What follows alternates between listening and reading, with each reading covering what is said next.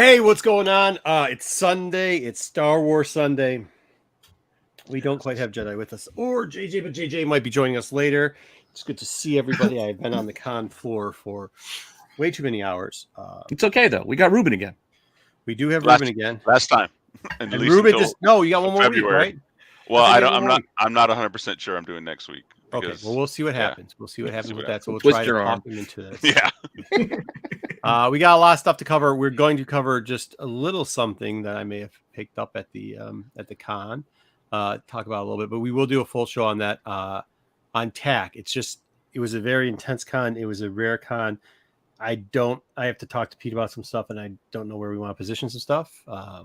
Yeah, I already heard a lot of stories started, but there was a lot of stuff coming out of there. But we might have something good. We did that little segment about truth about selling comics. And I think we're going to take it a little bit of a direction on the Wednesday live show for that. So, but today, as Pete runs over my intros and ruin it, we not only have the regular Pete Wayseeker and Dom, but we do have Darth.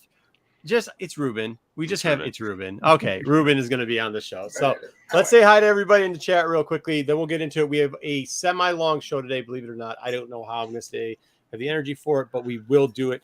Tommy Longbox. Keep it moving. Oh yeah, Pete was also very upset at how long our show went last week because he didn't get to say. I didn't. I wasn't there. I didn't have to worry about it. Tommy Longbox, thank you for the membership. Star Wars Sunday. Check full crew. Check. Let's go. Rocket ship and beers. Tommy, I hope if it is on Monday, I hope you're having a great Monday, and I hope you didn't drink too much the night before. Eric, good to see you, Eric. I got to call you back. My bad, dude. It has been a crazy weekend. You'll hear more about it on Wednesday. Actually, you'll probably hear more about it before Wednesday, but it was a crazy weekend. So, LeBeau, Ed, what's going on? I don't know about your Eagles. Nothing. Yeah, but he doesn't have anything for our algorithm. Come on. Sticks, Sunday. What does Joe have today? Let's see what he's got. Joe, thank you for the membership. Sticks, thank you for the membership. Joe. Oh, hey, gang. Aw. That's awesome. That's cool. That is really cool. That's a cutie. All right. Mystic Relics. Sup, fellas? Sup. There was a great Predator cosplay. The kids did cosplay at the thing. Ryan the Gray. Hey, we saw Ryan. What's up, Ryan? Ryan was on the floor during a lot of the debacle that happened at Motor City. People got to remember, this is Detroit. This isn't Chicago. Astro Wizard. What's up, guys? Renovision. We'll have something to announce tomorrow, so make sure you guys all watch. We have some news about Astro Wizard. We haven't been able to we're trying to figure something out, but we got something. with Astro Wizard. Yeah, watch tomorrow's show. Tomorrow's show? What's tomorrow's show? I'm gonna announce the giveaway from Astro's wife. We were going to announce the giveaway today, but there's going to be a giveaway. So I think we just announced there's going to be a giveaway. There's going to be a giveaway, but there's going to be a giveaway. So I already recorded it. I know. I didn't have enough time to get to it this week. So there's going to be a giveaway. There is. So you know. All right. So a giveaway. BK. We might have another giveaway to talk about later too. I'm here to find out which My Little Pony. I didn't get in My Little Pony book. I actually went over there and Cook, she was there and she didn't even have any books. I couldn't buy my daughter a My Little Pony book, which I usually do from her because she was there. But me and Pete will both be going to Baltimore and somebody else might be joining us. So that's good news. So maybe we'll find a little guy by the name of Tony Fleece who also draws pony covers. Darth or Reuben. Okay, BK. Here you go. My youngest first Halloween 8 years ago. Oh, wow. Okay. There you Very go. cute. Very cute. Okay. Thank you, Ed. Sorry about your Eagles. Saying hi for the algorithm. Appreciate it. There was a lot of lunacy going on there. What's up, you guys? Good to see you too, Black Ops. All right, so we're anybody else will talk to you. We'll say hi to you later in the chat. We got to start getting into it. Let's get in. We got news, we got comics, we got Andor, we got a book I want to show you. Talk a little bit about a friend of mine who sold me the book. I'm not quite sure I'm going to tell you what I got the book for because the group on the floor thought like, okay, that was a good deal. Then when I told these guys what I got the book for, they're like, you ripped that dude off. So I don't know which one it was, but it was somewhere in between. I think you ripped the dude off, but yeah. Good. He thinks I ripped him off too, so it's all good. I mean, everybody thinks I ripped him off now. All right. Then we've got Andor review, obviously, and man, we got a lot of stuff. Yeah, we might even get to that long delayed tier list. maybe. Dude, that tier list has been going on for a month now. We I still know, have it's got like it. Matt Damon It's on the Reuben. Kimmel It show. might be We're gonna do Reuben's the gonna have to tier come back next week. We need Reuben some wants the tier list. We'll Gotta get to come it. back. We're gonna move. No, We're gonna move it's his today. tier list. He came on a month ago going, "This is my tier list. Let's go." That's So let's go. Yeah, I know what your vote is, BK. Nobody wants to hear it out of you. Okay. I can't wait. All right, cool. Oh, his vote for what? Twilight Sparkle? Or we're not talking about ponies anymore. No. BK saying that ripped somebody. You know, BK guy lives under a bridge his entire life. All right, we want to just do the news. Get into news. Yeah, I'm not running the thing. We're saving time. I'm not running the intro. Okay. We're just going right into the news. All right, so this week in Star Wars, I tried to read all these articles. I perused most of them. So let's see how well I do with JJ's news.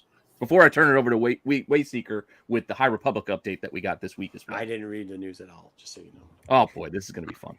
Okay. First up, Respawn Star Wars strategy game could be a great alternative to Battlefront. Really? I eyeballed it. I don't know if this is a video game or a tabletop game. This is a video game. No, All right. This is a video game. This article was just talking about like how a lot of the greatest strategy games have been Star Wars games, and so they're hopeful since there's been a lot of good strategy games that this one's going to be good too. And that's all they really said. That or that they screwed up Battlefront 2 so bad that like people just are. I mean, yeah. They just went through all the history of the Star Wars strategy games in this article. So that's a bold hope. Just a lot of the others were great. Maybe this one will be great too. I mean, there's like 8 games coming out, so you just hope a couple of them are good. So I guess this is the one they're hoping. Right. I suppose. All right. I don't know where he was going with this one, unless he was just trying to follow up on recent Ahmad Best news. But I guess we have our Jar Jar theme continuing here. Oh, hey, hold on real quickly, guys, before you go anyplace with anything about the seller. The seller is a friend of mine, a very good friend of mine. It was a joke about the ripoff thing. So, all right, go ahead.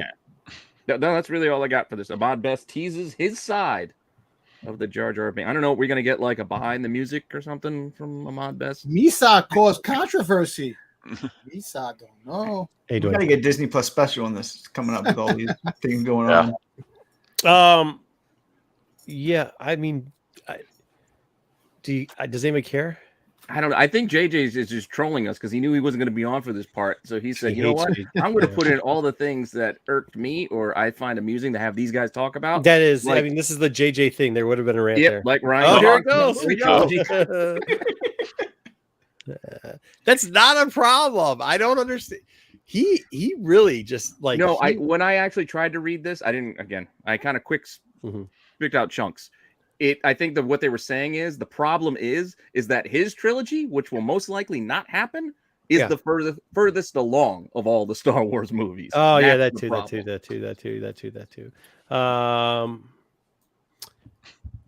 Yeah, geez, BK's on it. BK finally found his. I mean, he hasn't been that humorous the last couple of weeks, so I really like it. As far as this goes, this is definitely JJ trolling us. We know what his opinion of Johnson is. Quite to the contrary. You want some more JJ trolling? Yep, let's go. What the shit? Modern Star Wars projects have a flashback problem. Oh my god, JJ! Oh my god, JJ! We're gonna get into Andor 7. There's some rumors going on about the 7th episode of Andor that JJ will love. Well, it's gonna be the new arc, right? So that'll be fun. No, it is not the new arc. Really? Wait, why are you telling us about a rumor instead of Dom? I don't understand. It's confirmed. It's confirmed that it's not an arc. We just don't know what that's why. It is a one of, not arc. JJ decided to not show up and just troll us in the news, and Wayseeker is telling us the rumors. Okay, he's not telling us. He says it's confirmed. It's confirmed that episode 7 Dom trying to argue with me about standalone episode. 8, 9, and 10 are an arc. But people are speculating about what that means. Ooh. All I found from this article, what I found most interesting was that I didn't realize the first flashback in Star Wars wasn't until Rey's in 7. Like there were no flashbacks. Wait, no, that's not true. That's what it's. Oh, in 7, you're right. Because did Rogue One come out before 7 or after? Rogue One was after. Yeah, I guess you're right. But now we seem to be doing a lot of flashbacks these days. Every project they do. Yeah, I guess All you're right, man. Okay. Okay, whatever. the next one's not trolling. It's just weird. It's just Weed Man. We have a bread solo. So a bakery recreates Pan Solo as a 6-foot replica made of bread. Oh, that's amazing. I didn't give you the whole thing. It is the full Balsamic body, vinegar but- and oil. It tastes Yeah. very good. Yeah, hey, I'm down with that. Wow. Let's do it. It looks like it's a big cracker, I guess. What's up, Maybe Eric? it's like a big, I don't know. Yeah. 6 foot. Eric. But it was the full body. I only went with this image. Where's to give this you the at? face. This is amazing. But he is trolling. I think he thought I would think this is disgusting. But I absolutely think this is amazing. He take his favorite character and put him in.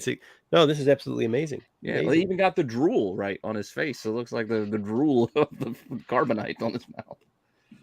They did a good job of doing it. Do you guys ever He also do? gave us, I love that very much. the Marvel reprint omnibus cancellation. But What's it's that? canceled, but it's going to be resolicited later. Right.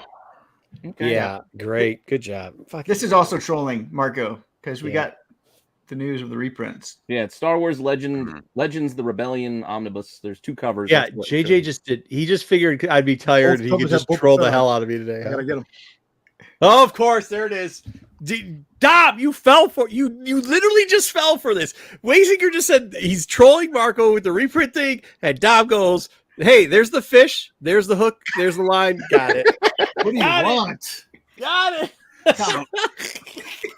All right. This Oh. one is zeroing in on. We can talk about it later when we do our Andor review on a line that Mon Mothma gives, mentioning the Gorman, I guess. Yeah. Right. So is this going to feature the return of these 2 villains? Slide. Maybe. Target. I Yeah, think there's a who were high they again, percentage Reuben? we might get. I think there's a high percentage we might get Sly. I'm Tarkin, even though I'd love to, and I actually really liked how they redid him. I mean, when they used I don't know why people hate on the fake Tarkin. You know what I mean? For a Rogue One, I always thought that was brilliant, but especially for the time. I know it didn't hold up now as well. I get it, guys, but come on. Like when you saw Tarkin, I mean, when I saw Tarkin on screen, I almost got a half of one, dude. I was like, that's pretty sweet. So, But do you consider Tarkin a major Star Wars villain? That was the problem. I had to reread the article. I'm like, yeah. where's Did you this ever read? major Star Wars Wait, villain? Seeker, they're you read talking about? you read the Tarkin book like I did. I did. that It's a book. good book, but he's not a major Star Wars villain. Tarkin, I hate. No, when you saw Tarkin in the theater, you weren't like, "Oh, that mother." He was Vader's boss. Oh yeah, Yeah, yeah. he's ordering Vader around. He's the one who Exactly. blew up Alderaan. Wait, so the only Sly on the other hand. No, time out. Wait, If you want to argue, what's you're not Sly's going to last argue. name? You will not argue with me about Tarkin being a major villain when we got Baldy McBald Pants over here going that's, like, that's she the, ain't nothing but a peon, bro. Doc Sidious is a side piece. Reuben, right what's there, Sly's man. last Come on. name? More. More. That's Well, I couldn't Doc remember. I Sidious just Sly More. Yeah, the Sly Emperor's Moore. side piece. So Hey, there's Sounds nothing wrong. like Hey, Sky there's nothing wrong with being bald. There's nothing wrong No, with being bald. Reuben, hello. there's not a hey guys, there's not an original 78 piece for Sly Moore, is there? No. 76. Not a 7-8 piece. No. Yeah, but there is a Tarkin, right? Isn't there a Tarkin Oh, 78? Yes. Yeah. Wait. So Tarkin would be Yeah. I'm proving a point here. Yeah. You see where I'm going. I'm Sure. I'm too tired to argue today, so I'm nicely going down the road of I was just major? assuming. I was assuming that Sly Moore wasn't a major villain. So, I'm also saying I don't consider. No, Tarkin hey, a you major also are villain. not saying, sir. No, you would no. JJ's trolling the whole way, so we get an Well, argument that's over all it. right. So That's you knew all I you would have not from let that JJ. shit slide. That's all I'm not from letting that JJ. slide. Okay, All but right. I'm gonna kill you on this. So let's go. All right, Yeah. so we didn't get too much. They gave us a High Republic show on Friday, and so really the most important part was the last 3 minutes. So I just took a few news things from there. We got some character reveals for the High Republic. We got a younger Yaddle who Look at the hair on her. Look at it. I Wow. mean, Slow and We lock. got that mullet. we're all think excited that- to see this Yaddle. Do you think they're gonna change up what she looks like when we finally actually see? You know, like they showed all these concept arts, and then They I mean, usually go back clean and up look a at little bit. Porter Eagle. Like, Well, you don't think she's gonna be rocking the badass pantsuit? I don't know, dude. Looks like she's right She from got Three's the, Company. I'm glad though. Like, bring her back, man. We did that. Well, Pete, she's remember we gonna did die that in whole. freaking, Tales of the Jedi. So We did a whole show on how great Yettle is and how we let her bring her back. She might not actually be dead. Like, let's do it. All right. All right, we got some more character Yettle concept left art. over. It's good. This one's coming from the Search for Quest for Planet X or whatever that book is. One of the main characters that's going to be. why is that Tron. like a Battle of the Is a Planets Robotech? I was gonna say, yeah, it's like Yeah, We got some Tron going. Star Blazers or something. yeah. So we're getting the graphs. That's cool. I bet she drives an 8 guy. I bet she drives an 84 Camaro. Oh, it's a Firebird, bro. Firebird. T-top. I rock Z28. What's up, Jeff? Yeah, nothing else about, nothing about this one. We can go to the next one. Okay, so no more sky graph. It's a graph though. I'm excited. I love it. I love everything. I love what you're going to show next. I love it. I love it. I love like- the character. I mean, You like Baby Sav? I Yeah. like everything about Sav, dude. I know. There's nothing- I do too. Sav's are great. Sav's great, dude. They hit, like, when you talk about Porter and Sav, they hit home runs on both characters and they're actually following through with it. It's like they're not the regular Star Wars that we've had for the last 10 years. It's like they finally figured it out. I don't know how they did it because I read that Soul book this week and I don't fuck if I know, but they really did get it right, like with these two characters. So, yeah, Sav's awesome. Go ahead. All right, and we get some interior art of Sav Mhm. from Adventures 1. Got a gun too. Looks Come good. on. Her face. Come looks different. on. That face looks like an alien's face. Yeah, compared to Dom the gets the alien face. He got it too. Everybody. Yeah. The They're lizard giving face. it There's us a lizard. all. We get it. I Yeah. mean, it literally, it's got everything in it. It's like, if you're one of these, what I don't even know what the term is. I'm not going to use the term that people say derogatory towards it, but one of these people that wants progressive societies or whatever, it's for you. If you aren't, if you just like ass kicking, it's for you. If you like lightsabers, it's for you. If you like You guns, like Clint it's for you. Eastwood, this is for you. Boots, it's for you. If you like capes, it's for you. If you like hats you can Ponchos, throw at everything. planes More and like blow a them up, it's poncho. for you. It's literally for everybody. And it came out of a kiddie book and some of the worst fucking possible art they could have had in that series. And it's absolutely amazing. Yep. Oh, if you like karate, kung fu movies, it's for you. I mean, right? We need a ponchos. We do. We need more ponchos. Dude, could you imagine if Yettle cruised up in a Firebird and picked up Sav, and Sav just jumped in through the T-top? Like, that'd be amazing. All right, maybe it would. Actually, I'd That's why criticize Marco him. does not write comic books, right? Yeah, right. So we got the character art for Jedi Master Barash. He'll be the other main character in the Porter Angle story. Soul. So In a metal hand. Barash. So like Barash is cool. We know a little bit about Barash from the Vader run. Is she a Targaryen? What? Is she a Targaryen? No, we know there's the thing called the Barash vow, right? Right. With the Remember. Barash vow is Jedi who disconnect themselves from the Force as a type of penance, and so Soul introduced that in the Darth Vader run and Darth Vader 3 with Kirak and Fala. So it seems to me we're going to get the story of why Porter becomes a cook, Yep. and it's going to have to do with Barash doing something that makes her disconnect herself from the Force. And so They hinted at that too. He hinted at it again when he did in his novel when he was talking about Elzar Mann too. And by the way, like that's the one thing with Soul, right? We've seen it before, that Darth Vader run. He would give us background or some like nonsensical words, and then 3, 4, 6, 7 years. Well, because now what is it? It's like 5 years later, 6 years later. He's 5 still years later, yeah. pulling out from that series. So, Yep. Which I mean, everybody loves the Gillian run, and I do too. But Soul left a lot of little Easter eggs for down the road in that. Sure did. Yep. So we get some cover reveals. So this is the variant cover, which you see here on the cover for Blade Why 3. is he a pirate now? I don't know, but I like the swashbuckling fun. I like it. It looks pretty cool. I actually like that cover. That I was hill wondering why he he has it like behind his back, like he's pulling it out of a sheath. Like, Right. it's a lightsaber, bud. You don't need to put it back there. Yeah, I don't know, man. The first rendition of him where he was kind of like a little wiry, but like he could have been a badass.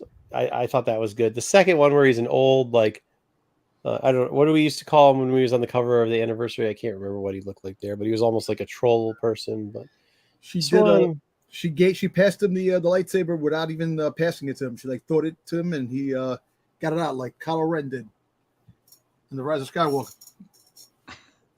All right. Next cover. if he says my name is the Blade, you killed my father, prepare to die. Though Prepare to die. I might turn on him. I might actually turn on this You character. could. All right. You want to do some Hellboy lines then instead? Because he's got that kind of going for You him. got Yeah. the Hellboy thing, yeah. Yeah, hell. It's oh No, there's some crazy ass Blade. Jesus. Don't Yeah. start giving me like some fencing stances because this is a galaxy far, far away. It's not the same. I'm sure he didn't study fencing. I think we got one more cover. This is the last one. We got the cover for High Republic 5, and this is a character we see in High Republic 1, I believe. You'll see it later. You actually Yeah, almost the see this. sorcerer, right? You actually see this panel kind of in the Tom. Once again, there's a way that the show runs, and when we say we're going to see this and talk about it a little bit. Oh, I on the don't know. comic. I just know. Yeah. It's what I haven't even read the book. I just know. So this is Okay. so this He this just is knows. no. Okay, good. I'm sorry. We're good. We'll talk about it later. We're good. But- All right. Yeah. But look, everybody, study this picture. Study this cool. picture. We might see it when we do comic reviews. Okay. No, All just saying. Okay. And I think that's all that we got from the High Republic show. But Yeah, it wasn't a lot, but it's fun. I'm slightly concerned actually, but that's okay. You don't like? Can I answer a question real quick? Pretty metal. Go ahead. Yeah. Go. This- Yeah. The High Republic show is weekly or monthly? no, it's every other month. It's every other month. Yeah. Okay. It's the one that's on StarWars.com. That's actually where okay. like where you see like a lot of the legit Yeah. stuff that some of these people do. It's not like They that's where sit around the get round information. table and they bring Yeah. people in. They talk about the books and everything else. So They got that young lady that's a little bit too like happy all the time, and then they got the one that did the book, like the anthology book, the redheaded lady. Kristen. yeah, Kristen. Kristen Beaver or whatever. Kristen Beaver. Yeah. Favorite, right? I don't remember the names. I'm awful with names. Like Christina that. Ariel's the normal one. Yeah. Look at that. What's up, CW? Fencing is what? Wow. Oh, okay. Some people are smarter than we are. I'll tell you that real quick. Wow. Well, that's not very. Actually, I hard met to him do. today. I met him this week. I met him at the show. He has a sci-fi book that I'm going to be reading and reviewing, and then kind of we might be talking to him. We might do a personal one. We'll figure it out. He's a really nice guy. So, Dom is mesmerized with thought. BK, somebody's got to give BK a little bit of a tranquilizer today. He's kind of funny, but I don't know if he's going to get there or not. All right, what do we got next, guys? Comics. The comics. Okay, let's do the comics, and then we'll talk after we do the comics a little bit. We will talk about we'll talk about a comic I picked up, right? No, We'll talk about another So- comic I want to talk about before we talk about your And comic. then we'll talk about another comic before that. Then we'll talk about comic picked up. Okay, very good. Yeah, I want to start poking the bear on a topic nobody likes to talk about anymore. I'll be perfectly fine. I already told you what it was. All right, let's get to High Republic 1, the book that Dom didn't read. But I will tell you this: at the con, there was, our friend Keith Daggett. He had about 50 of these, and by day 2, he had 3 left. Of Wow. one, people were reading it like they're doing pretty good. No, he's picking up the 1 to 50 really, and he was at ratio on it. I think he sold maybe 1 or 2 copies for it, but Is it at 1 in 25 too? no, just the 1 in 50. 1 in 50. Okay. 1 to 50. Yep. But they were picking up the book, which means that people were picking it up to read it. You know what I mean? Which is good to hear. Yeah. Who read this besides me? Me. Okay, cool. I will ask You your two opinion got later. Obviously, we got these preview pages. We knew what was going to happen here. He's some little thing in the background goes. We get the little assistant. We actually get on the planet, which is cool because me and Wayseeker also read the novel. So this plays kind of into the novel very well. They're on Jeddah, and you get to all of a sudden see some of the religious cults, I guess. Factions. We're calling them Thank you. factions. Factions. Thank you, Wayseeker. Mhm. Religious factions out there, some going for money. People of the planet aren't exactly happy with it. They don't like any of them, including the Jedi. We get introduced to the new thief. All first appearances. We all knew these were coming. Everybody knew they were coming. Our man, what's our man's name with the paint across his face? I forgot his name. Do I need to go back? Who's the main character in this Wayseeker? Foul. Foul. So Fel starts chasing the thief and the ball droid. Now balls are just droids, I guess. I guess they are droids, so you can call it a droid, but that's his little specialty droid. In the meantime, the Padawan saying, like, don't chase them because I'm in some problems. You need to get back here. The people are starting to throw a little bit of a thing, and some characters. Here we go. The big panel there look familiar to you with him turning around. He just doesn't have his lightsaber there. There's the Firebird. That is Wayseeker. What tribe is that person from? Sorry. We talking here. I was the priest from the Thud.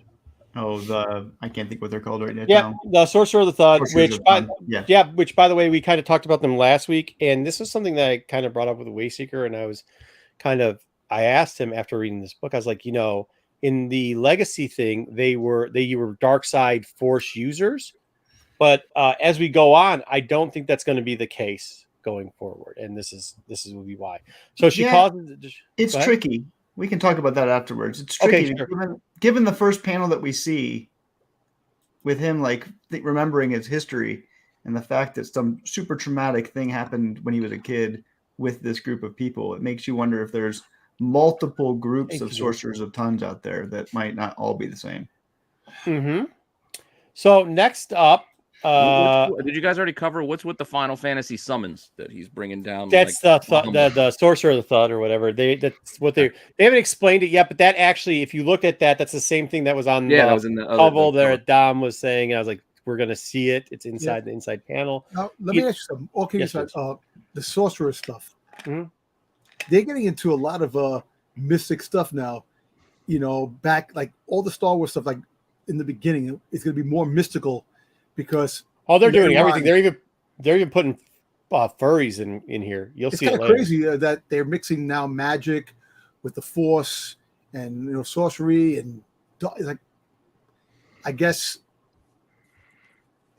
that's something they're making it more sci-fi than Space Odyssey. Is that what you're saying, Don? Yeah, it's like no more fantasy. More fantasy stuff now. Mm-hmm. I mean, I think it's really fascinating because we're going to see, right? Jedi are going to places they've never been before. So there's other factions out there that have been around for a long period of time and have been able to have their ideas kind of, mixing and merging.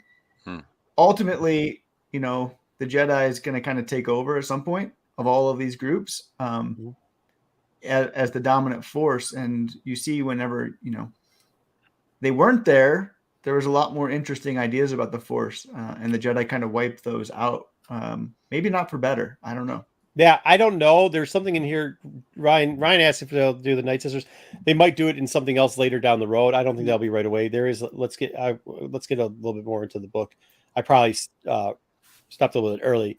Either way, the Padawan explains to Val, like, hey, listen, like we kind of all are in the same place, and they use a different word for it. The Force or whatever. But it's all they call it the unity. So we say, we try to be respectful for each other person and no big deal.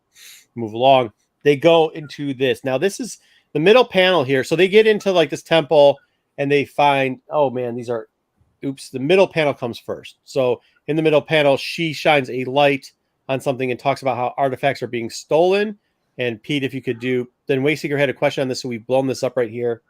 Wayseeker, if you may. Yeah, I was going to get Pete, it. if you may. Yep. There we go. So to me, those fingers look really interesting. I don't know, but they look to me a lot like the Everini claw, at least on one hand. The other hand, you can't really tell because the fingers are wrapped around. But is that, a picture of an ancient Everini? I thought it was Padme at first. So was this is a soul book, right? What? No, this is Kevin Scott. Oh, Kevin Scott. Then I don't know. It's 50-50. It might just be bad art, to be honest with you. Well, yeah. Yeah, it might just be because the other hand looks like a normal hand, and that's not true. I mean, it could be just as pointy. The fingers could be just drawn that way. Could be drawn that way. That's what Wayseeker's saying, and I'm saying, well, there's a couple panels in here where people don't have chins, so take it for what it is. What do chins have to do with claws? No, I'm just saying that like sometimes it's incomplete art in some of these Star Wars things. Either way, they find the thief over what looks like a dead Rob person. Liefeld may not be able to draw feet, but he can draw electric razors really damn well. pretend they're guns. Good for him. He's made a career out of it. The Jedi goes in there. The thief teaches him that he's got all this stuff, including this special where he can set up the heart. The back and forth. So there's two stories in this book. The back and forth, I thought, was a little forced, maybe. Like some of the verbiage back and forth didn't seem. It wasn't the best. I will say, I didn't have high expectations for this book, but the first story did not exactly fulfill my want for the Return of the High Republic. I don't know how Wayseeker felt on that, but up to this point, it really did not. The second half, before you move on, what was with the Drizzt, the dude from Forgotten Realms, the Dark Elf there? Yeah, he ends up doing the death touch, the 5-finger death punch to Val. He actually does. He does like legit ass. Like they do. Hey, I know all the martial arts, including the 5-finger death punch. And they go, there's no way you could do that. And he goes, yes, I can. Bye-bye. And gives him the 5-finger death punch. His thing. I just didn't show the last page. That's where one of my Val's favorite rock in there. bands. 5-finger death punch. But yeah, it's a force move in here. It's something that like drains the force from your heart. Yeah, it's the 5-finger death punch. Like literally. See, that's what I'm saying. Like not only were they doing like the mystic thing a little bit too much, they also were doing a couple other like themes there, and it just. I hope they kind of rein it in a little bit. It's just fascinating to me that this like common thief has all these understandings of arts. He's able also, as you can see there in that panel, like completely is able to dodge a lightsaber like it's nothing. Okay, but we know because we've read the previews already, and then this is okay. Yeah, just saying it's interesting right here. Yeah, very good, very good. But reading is essential instead of just throwing up random stuff in variant covers. But yes, reading is essential. That's all I'm gonna say. Next up, we got the second part of the story here. They talk about like there used to be 4 statues for the Jedi, and then everybody kind of came in and they kind of shared the property or whatever. We get Tiger Fox as a new Pokemon to master. Yeah, no. If you see it, it's like. Did you see this? Like this is what I was kind of saying. Do you see the character that is that is the Jedi Master in the the holocron or in the whatever the thing. Either way, projecting yourself really seems very like Kung Fu Panda. That's Angelina Jolie's character. 90s video game-ish, like Star Fox-ish. Like I it was weird. It definitely, when you see it in person, you're like, wow, that I don't know if that Star Wars did have a rabbit. They had a big green rabbit running around. So how did that work out for him? How did that work out for him? People love Jackson. No, nobody loves Jackson. Kevin Scott's favorite character is Jackson. I agree, but Kevin Scott's a weirdo. Have you ever listened to him before? Very nice guy, but a weirdo. He's a very nice guy. Yes. Okay. Nice. We've already said he's a very nice guy. It's not a stretch for if your favorite character is Jackson to put in a Jackson-like character in a comic book. That's that. No. Time out. We're not going to do this. We're supposed to be moving along. No, slow down. We are not going to compare Star Fox 90. The Beastmaster Nova's like Alexander's little beast character to Jackson, who is a comical person who ran around with hookers. Okay, we're not doing that. We're not doing that. We're just not. We don't have the time. I do not have the energy. Fine. Keep going then. Moving along. So she has to go to the council, which they kind of referenced earlier in the first half of the storyline. I actually like the second half, this second story a little bit better. Then you see, but once again, now we've got Poison Ivy's in here, choking out, one of Wonder Woman's sisters, and like, then we've got the Assassin's Creed down there, and they showed up with a little Gomlin gnome, and they're all fighting. The Wills wants to fight. What was the name of this faction? It was kind of interesting. Whatever. The faction with the purple hood shows up, and the Wills are like, we all are here for the light. This whole this is where I was saying to Wayseeker, because there is a sorcerer here, and they are on the council. I believe it's the one in the red. And the Wills states this character in the purple applied to be a member, and the Will states no. To be a member, you have to be believing in the light side of the Force, pretty much, or light side of whatever it is, because some people don't call it the Force. Right. Okay. So at that point, is that the same creature that keeps showing up like in the other High Republic and the Lando, like the Zimpi? Is that what that thing is, or is that something different? The flying thing. Oh, I wasn't that the thing that was in like Hellboy and I can't. Hellboy. Yeah, I've been thinking, is that the same flying creature that helped Kiwi? When she was going through her trials. No, or was no, that no. different? Kind of looks like jet sticks right there. No. You're talking about like little Kiki thing. The Great Gazoo. The Great Gazoo. I said that Gazoo from the Flintstones before. Pete, on track, my friend. No, stop. Dom Ken. That's Dom's job. Your job. On track. Do not take him off track. Okay. So either way, I mean, it's an. Or I think there's like Dom's like, this is your aliens, Dom. They're throwing every fucking horseshit thing in here. I think there's other species they could have maybe tailored in or brought back. Well, listen, I would love to see, Amazon. Old Legends, they have like the vampires that drain the energy from the Jedi. Those are pretty cool. What about in the Dr. Aphra book, the horror one they had back in the day? It was with I can't think of the name of the book, but it was the creature that drained the Jedi powers. She took the powers from the Jedi, and she's like a vampire. Right. Okay, but instead we get the Amazonian and it looks like it. You know what? It's like whatever, man. Once Does again, she have something to do with the drinker? They look like a team. No, oh my god, no. So the Jedi stands up for everybody, stops everybody, and says, "Hey, listen, we're all outside the Force. By the way, this person's the only one. They don't talk and not looking for violence." And then the little flying gremlin fairy says, "Well, actually, she's going to withdraw because she was looking for peace and for her tribe to have peace. And since you guys didn't have peace, she's out of here, and so is everybody else." And with that being said, all of a sudden, one of the worst shitbag characters that they are going to introduce to us in the High Republic shows up. Would you like to introduce him, please, Wayseeker? Good old Sunshine. Sunshine. Dom Sunshine from the novel, God. and they make him look absolutely worse than they described him in the book. And this is just like I actually figure out now what the creature with the wings look like. The little creature. Remember in Scooby-Doo, the werewolf, when they shaved his head? Oh, yeah. It looks like him. Where's the move along thing, Pete? You're the one telling us to move along, and now you two are arguing. Okay, once again, what your question? I know was what he's why, talking about, and I agree. So your question is why do we not like that character? Because me and Wayseeker read the novel. No, but I'm asking which character are you talking about? We're talking about the one on the bottom right. With the twirly thing in the back of the head and like the little. He might die a horrible death. Third panel bottom. Oh, he is going to die. No.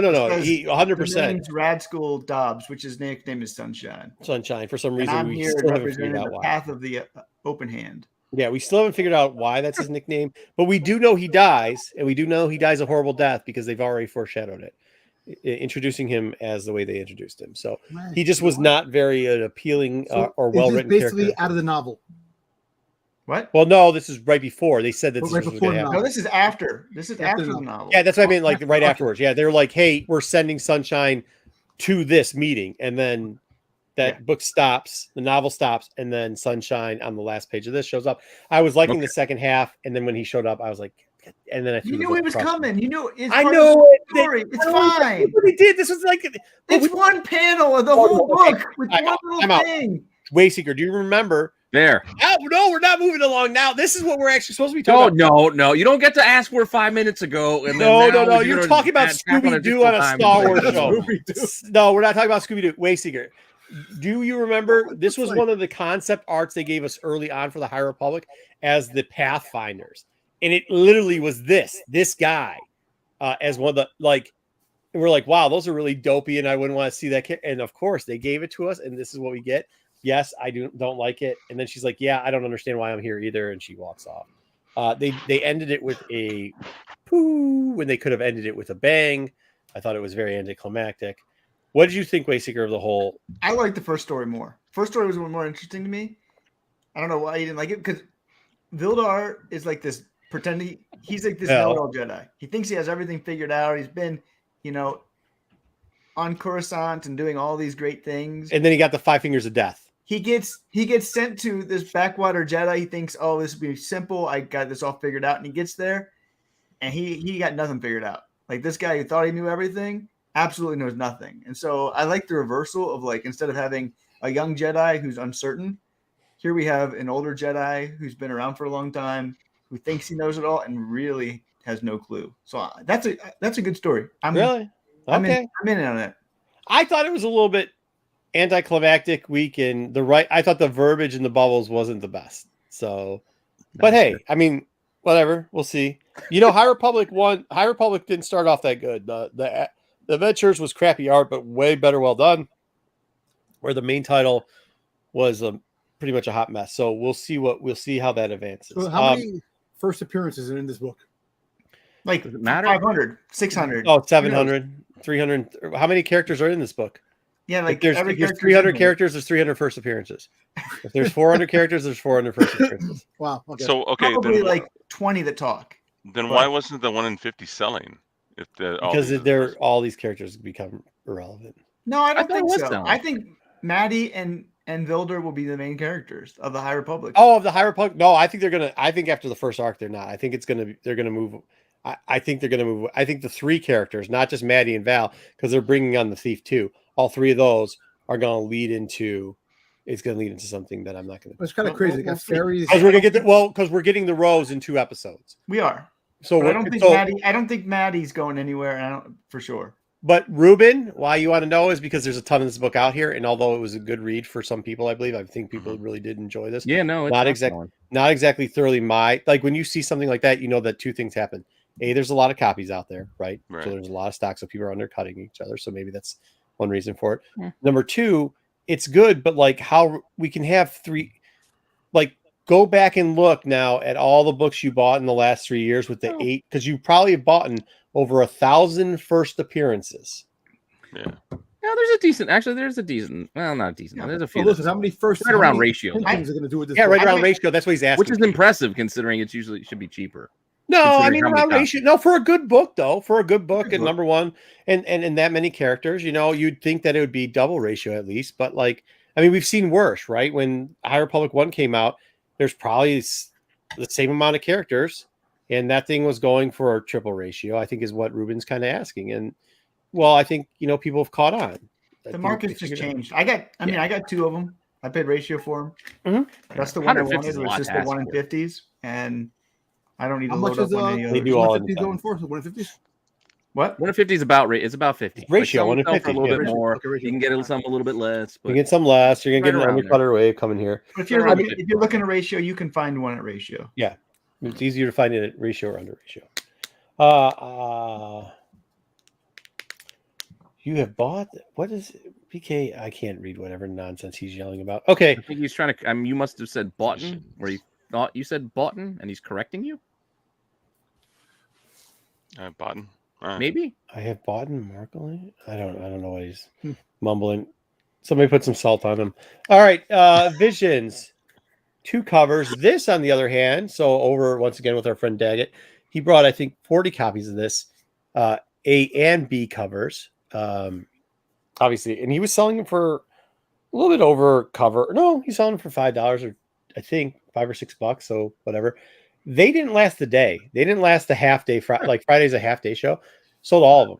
Yeah. Sold all of them. And I got to take the L on this because I thought at how poorly the manga or the novel or whatever they put out with it did, that maybe there wouldn't maybe listening to Jedi Johnson. Yeah, I was gonna say you just were spending too much time with Jedi. Listen, like, hey, I said like I'm gonna give it a shot, but I'm not sure how it's gonna do.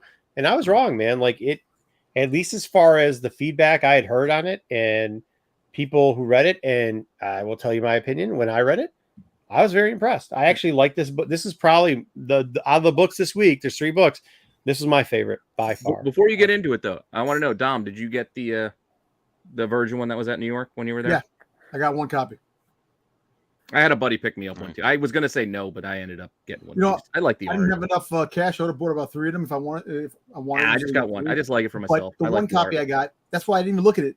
I didn't open it. I want to take it out. I was gonna wait to get the copy. No, not the variant. You don't want to do that with the variant. No.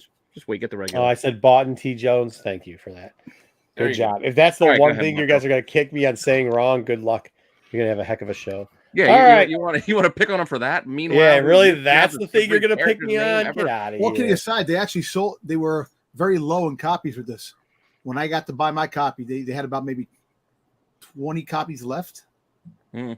This is part of that JJ's article. This one's already been ordered a second print. As well. Dude, I'm going to show you the panel. I'm going to show you the panel. If they do it as a second print, I put it in here specifically.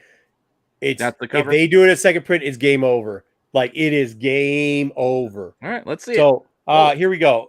We'll go through it real quickly. They start off with black and white, just a little bit of color. We're going after the first character that they introduce.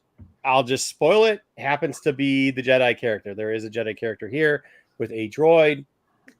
There's another character on the bridge, and some people are like, hey, you're on the wrong bridge. We're going to end up killing you.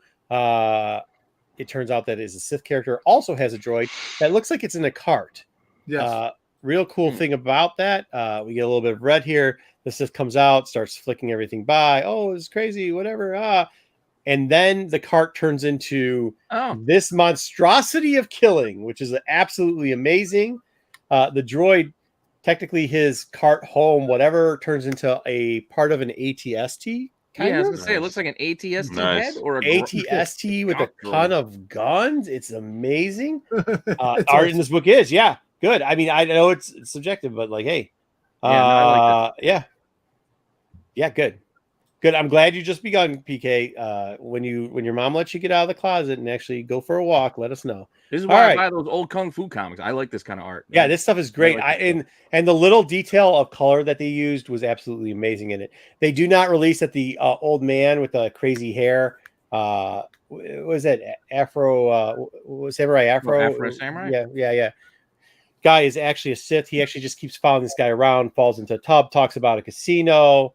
I mean, he actually tells the Sith, hey, this is supposed to be a healing like spring. Would you like me to give you a massage?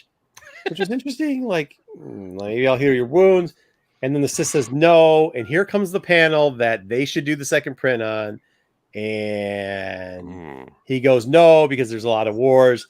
But I lost a lot of my friends too. And the one on the right, that's grayscaled with all the Sith type characters. Oh, that's pretty cool. You see it in the book. Well, the big. I got to tell you, if that Aphra book can sell, because it has 6 red lightsabers on it, got to sell that like definitely 3 times as much. We got Aphra with a lightsaber. A baker's dozen of lightsabers here. Yeah, the difference between the Aphra and this book is like the detail in that page.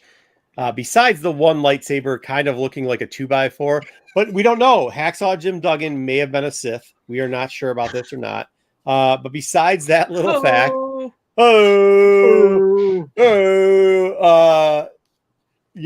that if they do the panel, if that's the panel, it's over. Like if that's the cover it's over. There they go. What's good? That now this opens doors to a lot of things because those characters, they can make stories of those characters. They're all dead already. This book literally just said these guys are all dead. They're all no. dead. Dom, let me finish. Dom, let me finish. Dom, please let me finish the book. Okay. Oh. Why they're not going to make it now because of that is he goes, I lost all these guys. The other guy, Afro Samurai, goes, well, I lost my eyes. There's God thing, lightning took it out. You still don't know yet that he is a Jedi. I mean, you can kind of figure it out. Then little Ewoks start showing up to gamble, which whatever. With the droid has a gambling problem. I know it sounds weird, but how it's written is kind of funny. Like it really is kind of. That's awesome, though. I like it. It's just like I'm gonna have to read this, Marco. I don't know if you're very odd telling the story. Wow. Why would you put these two head? Yeah. No, this is what happened. No, they're in there. The back and forth between the old guy, because I shouldn't have leaked out that he was a Jedi. So the back and forth on how they're going back and forth with each other, they're dropping little hints. But like after when you read it all, you know that they're dropping hints. You kind of have to remember the book while you're doing it. But no, what do you mean? Look at the panel. The little Ewoks are by the pond. The droid somehow is in one of the springs. He has got a cup. Do you see the cup? It's got dice. He likes to throw dice. He throws dice down. The middle panel, the Ewoks are throwing coins there. They're gambling with them, right? And he says, yeah, my droid's got, and then he pulls it up. You know, like what's that game? What's the cup game? Remember Ace 2? You know, everybody calls it a different thing. Not craps? No. It's not, it's like you throw the 2 dice into the cup, you swing it around, you throw pennies down, and then you bet on the numbers coming out. Right. we're not gonna get into how gambling works, but but yeah. So then he gets out of it and he goes, "Hey, we're gonna leave. Let's go, droid." And the guy says, I join you?" He says, aren't you forgetting to do something? And he says, "What am I forgetting to do?" And he says, "Kill me." And he has this flashback, this brilliant flashback of That's awesome. Yeah, and the Jedi at that point cuts off his arm, but you don't realize it's a flashback to the next panel where they're standing in front of each other. And he goes, "I didn't forget anything." Still with the flashbacks. Yeah, they had one panel flashback. Yeah, or what was it? Flashback? It was a Force Stream, maybe. It wasn't a flash, whatever it was, because it didn't actually happen. So then the two droids kind of beat up each other, talk shit. A mental battle, like in Heroes. Yeah. Actually, just they think through the fight. Like, all right, you got me. Yeah, so at that point, he realizes he goes, "Jedi Master, didn't you forget something?" So he reveals that the guy's a Jedi, and he said, "I didn't forget anything. See you down the road," kind of. And the interpretation of what the Sith droid said to him is, "Why didn't you go for your sword and kill him?" And he said, "If I reached for my sword, I would be dead," pretty much. And then you got that all out of the beep. You got to read the book, man. I'm not going to read the entire book for you word for word. Like, buy these books and read them. Okay, read. You said the interpretation of what the droid said. Well, because the droid. That's why I brought it up. This should be an ongoing series, man. Well, the droids are throwing out peace signs, right? Yeah. That's the question. The droids are like, boost for Marco. Yeah, I think that's what's that? Are you done? Yeah, go ahead. I said when you're done, we should ask that question. With what? If this. Do you think this will be an ongoing series with how well this should be an ongoing series? No. Maybe no, and you want to know why? Because it's good, but if you extend it, we've seen what's happened with that before, right? So let's give us this little story. All I gotta say is, how's that Han Solo and Chewie book looking right about now? You know, but there was one good story in there. Yeah, it kind of was the whole mystery of the dad thing. I know. Well, it could have been. You could turn the dad into a good story, but nobody cared about that story. Nobody thought it was his dad. Nobody cared. Yeah, well, now you need the Yoda book. If they stop this and give us another story, if they stop this and give us another story and another kind of like how they did with Visions, like I wouldn't mind that. Like, no, of course, you know me. I like minis and stuff. Of course, I want short stories. I don't want them to extend it. I don't want them to miss the ending. You know, that's the biggest problem with some of these. Even like the stuff with Charles Soule. Yeah, sure, he's getting back to stuff now too. But there's a lot of dogs when they get into these long, drawn-out, ongoing series. So I know we all say, "Oh, it's so good, we want more," but it's like diminishing return, right? Like the law of diminishing return. Like sometimes it really isn't as good because you keep getting it all the time. You know, Marco, you think they're gonna have other Vision books, like other stories, like the twins, and like when this book goes to third and fourth print? Yeah, I think they will. Yeah. I really do. Yeah, I think they will. It was. This was really what about the music band one? Oh yeah, right. Jedi story was pretty cool. The Boba Fett one. So no, I mean this was really. Hey, what's going on, Chef? This was really well done. It was I guess once again I was wrong. Like I was poo-pooing this and then saying like I don't think it was going to be like it might be an okay story or whatever. But no, I thoroughly enjoyed this and they did a wonderful job. And if they keep this up, it should be good. All so right. Fair enough. Yeah, I didn't read this one, Jerome. So I don't know who the April O'Neil looking girl is. This one I couldn't find they don't say. It's just like it's just which one's April O'Neil looking girl? Oh, the one right here in the middle. Like if you look at the inside the bottom with the girl wearing the hat, the one next to her. What? What the bleep are you guys? That I don't know. You don't know who April O'Neil is? Come on. Well, I know who O'Neil is, but that she don't wear a hat. What are you talking about? No, she the also one no next jumpsuit. The person next, not with the hat. There's like the one right next, and you had the guy with the lightsaber at the end. Like you have. That's like a guy. That's not even a girl. Yeah, see, that's dude. what I'm saying. That's a guy. I know. What is wrong with you people? I don't You're even know. saying the I dude. Can't make You're it out. It's too small. On my screen. What is wrong with you people? We don't know. Just they're they. We don't know. Oh my god! Come on. I don't assume gender. Gender. Okay, I'm not gonna assume because gender sometimes either, but that's you a get dude. confused. Like when I was watching Rings of Power, I thought you guys are going crazy over Boughton in the chat, and they call it some dude April O'Neil. What are we doing? What are we doing today, guys? All right, Star Wars. Let's go. 28. Oh, that's the best cover because this thing was something else. Actually, I don't even know. I was reading this going like, I don't really hate it. I don't really like it, but I don't know why I'm reading it. Purgatory is what you're telling me. Yeah, it is the purgatory of books. Yes. Yeah. It's not really good.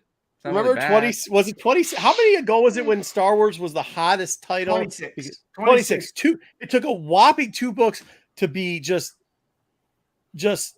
meh. Okay. Well, you don't have a dozen red lightsabers on the front of it. I read it. I bought it. I read this one, so yeah. Yeah, I mean, you start off, you get the Hera thing, and then like once again, the writing in this was not exactly the best. It was a lot of like, oh well, we'll follow him because he's Luke Skywalker. Because he's Luke Skywalker. Okay. All right. That didn't make sure. Okay. Whatever. Then they give us this did chat me a little bit. They give us level 2685. And I should have guessed because they can't draw chins. Look at the dad. He's got like a half a nostril, maybe a quarter of a smile or frown, and like one eyebrow and 3 pieces. Like this is just a mess of art here. But like at least they could have given us some intimate details, maybe, right, of a sub level of Coruscant, because that would have been nice. For those people that don't know what's going on in this book, a family that was supposed to be related, that rumors from pump and dumpers and people who don't read Star Wars books was that Kira has a nephew and niece, and these are them, and it's not true. But so people started paying a whopping $2 above cover price for this book. And Wayseeker says he bought a new house with it. So, even if she did, why should we care? Like, you know what I mean? Well, like, I know. Even if she did have a nephew and niece, who gives a shit? Which it's not, but yeah. The interesting thing, if you're looking for something interesting, this is the same level on Coruscant that they go to in the Obi and Annie comic. So way back than Charles Soule, Obi and Annie. Charles and Soule won the steampunk one. Yep. So it's the same level of Coruscant as in that comic from 5 years ago. So, but they gave us less detail and just made it look like it's got green poo gas everywhere. So that's fun. I don't see anything. No, I mean like but just the fact that he labeled it the same, it's just a Soule thing. It could be on Dagobah for all I know. Like it's just they did a lot of like corny stereotype things like, hey, don't worry, I'm gonna come back for you. Yeah, I'll be safe. I'm just gonna run into the ship while there's a bunch of security guards coming down there to blow it up. But don't worry, we'll meet up again. They did that type of stuff back. Well, you better promise me. Okay, I promise you. Okay, whatever. And then as soon as he gets out, of course, he gets caught by the what's the name of the force that's on Coruscant? The guard. What's it called? The whatever. The guard force, the police, pretty much, that are on Coruscant. They're like, "Hey, stop! You can't do anything." He blows up the craft. Hits his face, apparently, I think, sideways, upside down. I don't know how that works, but he does. And he goes, oh, I promised you I'd be back, and they're never going to find us now because I blew it up. And then Luke gets really corny. Go ahead, Dom, your turn, because you've been saying it for months. Well, I'm just saying, for all you people out there, the first appearance of an Imperial gear. Not a Stormtrooper, but Imperial gear. I don't even think that's true. I don't think that's true. I'm not going to argue it. I don't care. All right. Isn't the one time where he goes into that Imperial base and tries to impersonate? The worst is the writing, Wayseeker. In there, they go, hey, look, it's Luke Skywalker. How great does he look in this uniform? It's like we stole the perfect uniform for you. I swear to God, this is the dialogue. It fits you well. And he goes, oh, yeah, I do. He goes, oh, I do. Do I look good? Yeah, I look good. Like this is what we're doing with this book. This is what you guys are talking about. Imperial first debating it. I don't care. The book's not that good. They're running through the pit. Then she goes, hey, she does the hey kitty kitty thing. The mom shoots the thing. Then all of a sudden he's doing like the splits thing while she's shooting at him and force grabbing what at one point was a small blaster who sometime turned into a automatic shotgun blast thing. I don't know what's going on. Then he goes, oh, no, I'm Luke. You all know me. But they, for some reason, feel very comfortable with him, even though there's no reason for them to feel comfortable. All they know is some guy dodged bullets. And he's like, yeah, I dodged it because I was really fast. Luke? Yeah, Luke. And like, how does that work for anything? Are those bat droids from G.I. Joe? Yeah, right?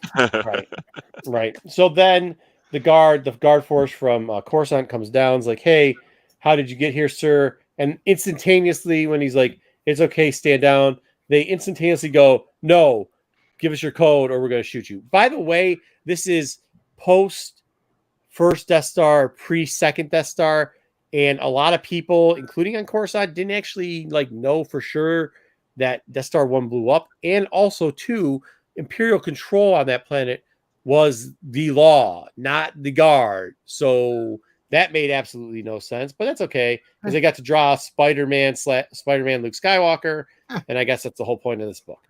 First appearance of Spider-Man Luke Skywalker, right there. You've seen it. Lock it down. Okay. He then does a force punch thing. Ooh, can we get a Star Wars homage to Spider-Man 1 with Luke doing that? Dude, somebody right now, Bird City or somebody else should do exclusive. Or 300 pose. There you go. One or the other. 300 pose. Second print for Star Wars 28. 300 pose. No. Secret Wars 8, where he's standing there like this. No. We don't want that one. We don't want that one. Full on McFarlane, we want McFarlane garbage. Triple jointed. A lot of lines. His knees way up here. Yeah, I want knees way above the head. That's what I want. Yeah. Oh, the one that we're using on everything. The homage to 300. Yeah. That's what we want. And then Luke apparently is telling more jokes, and nobody cares. All right. At the end, they say, "Hey, guess what? It's the second Death Star." Okay, we're at it again. I mean, I thought you were gonna say, "Hey, guess what? It's Mon Mothma." Yeah. No, I don't care. Mon Mothma. So we blew up the first one. We'll blow up the second one. Okay, good stuff. Terrible book. Next week, though, Jedi will be happy because the book next week is Darth Vader, and for some reason, we've got Emperor Palpatine maybe committing a crime, a sexual advancement there that. It looks like they canceled that Batgirl homage for that very same pose. That looks very uncomfortable. That's not a comfortable. Isn't that the kind of the same pose he had when they where everybody was like he impregnated Padme? I mean Smee with Anakin. Like he kind of had that same pose, right? It was really bad. I don't know. That cover reminds me of that one little panel. Bro, she doesn't look like she. Yeah, Jerome, we're still talking about a comic too? Yes, I'm telling you that dude, the dude in that picture that you identified as O'Neill, that dude does not look like April O'Neil. It looks like a dude. Okay, Darth Vader, he definitely is touchy. Dwayne Scott. The Vader 25 colors, all right. Actually, the other 2 covers are okay. The third one's just not. Then you got Prince of the Power, Dr. Aphra. You got friggin' I have the power. Go ahead, Dom. That was the lead into this whole panel, but go ahead, Dom. Do it. I whole thing. like that cover. I actually do. So we get 3 covers on FOC for Aphra 26. This is a big, and I think we're going to talk a little about this character later, but Sansa is in 25 and 26 is going to be the main focus of the Dr. Aphra storyline. You always call her Sansa. It's not Game of Thrones. What is it? Sansa? What is it? Santa. Okay, what? Santa? It's Santa Claus. That's what we're doing? It's just I don't give a shit. It's not I Santa. said button, dude. It doesn't. Okay, hey. Nobody cares. Nobody really cares. Nobody does. Nobody cares. The bigger question is, are we going to end Dr. Aphra because we're getting the Santa, whatever, solo series? Is this what we're doing? It's a limited series. It's a limited series. The answer to that is no. You don't think they're going to take a break from Aphra after the I can pause it. What's her name? And then reboot her? Actually, Dom asked this question about 2 months ago if we're getting a reboot on Aphra after this arc. And we kind of said, I don't know, Dom. And now it looks like maybe we're going to get the Santa, ho, ho, ho. And we're going to take a little break from Aphra. I mean, also, number 2. I don't think that's good. It'll lead into my next segment. So, yeah, I don't think so. I think Aphra's going on. You don't think they're going to pause and reset? I think they might pause and reset. I think they might. They made it pretty clear that there's a lot more of these Dark Seeker stories coming at NYCC with Aphra. And so to me, like the whole point of Aphra and saying the Dark Seekers is going to be a big storyline for a while means if it's going to get paused, it's not coming anytime soon to me. Well, they love their new number 1s. They do. Jerome, April O'Neil is not in Star Wars, man. That's Turtles. That's turtles, bro. Turtles, little green things. Okay. Now, but actually, there's little green things in Star Wars, though. You got Yoda. And you're right. You got Yoda. You got those little the fairy things that we just saw in the book before. You get them confused. Question number 2. Santana. Yes, Santana. All right. I actually like that version the best. Why are we doing? I was going to say kind of the same thing Dom said. Are we doing Masters of the Universe homage covers? Like what's going on here? What is this? So that's the Revelations cover. So that's supposed to be giving something away for the future. But that's not supposed to be that they're introducing a crossover with Masters of the Universe. No, I thought Dom was right. He said She-Ra. Hey, Kodak could be he's an alien with technology. God, if they do a Star Wars crossover, Teenage Mutant Ninja Yo. Yeah, that's it, right? Jerome, I take it back. Jerome, my man, you were right. You're right. You're right. I'm taking it back, dude. You caught me. If they're gonna do a crossover with it, they might do one with. I mean, who knows how some of these books were written this week? I would not be surprised. Okay, all right. Also, FOC. Why do I like bread? Yeah, the bread solos on the cover. Look at that. Mm-hmm. Yeah, right. There you go. Why do I like the variants in these 2 books? I don't understand it. I don't get it. Which ones are the variants? The 2 to the right, the one in the middle, the one to the right. I kind of like Lonely Greedo. By himself, like a little sitting there suspect. I like it. I love it. I'm like, he looks like he's about to bully Superman, who no longer has his powers at a diner. Exactly right. Damn, that was a good reference. So do you guys both? Do you like these 2 variants, like the bread Han Solo? And I was like, wow, man, the variants are actually, I don't know, decent. Now Revelations. I'm sorry. Oh, the Revelation books, right? Are all about the future of Star Wars, right? It's a one-shot. It's a one-shot, but different covers. And it has all these covers are like giving us hints about, I think, what's coming inside. Oh, so which means that Aphra is going to continue. That's why Wayseeker said Aphra is going to continue, because there's a revelation, and it has to do with her going back from the ascendancy. If you looked at the cover that we just saw, but we were trying not to give away every single thing, because people take what we say and then they extend it and they make up weird things like, I don't know, people are related to Kira. But Dom, Reuben, what were you saying? No. I was just looking at the middle cover, and I was looking at the Falcon, the upper one, and I was like, why are there 2? I was like, that threw me off, and then I was like, oh, there's another one. There's 2 in that. Yeah, that's what threw me on. When I saw 2, I'm like, why are there 2? Well, there's a bunch of ships like that, so right.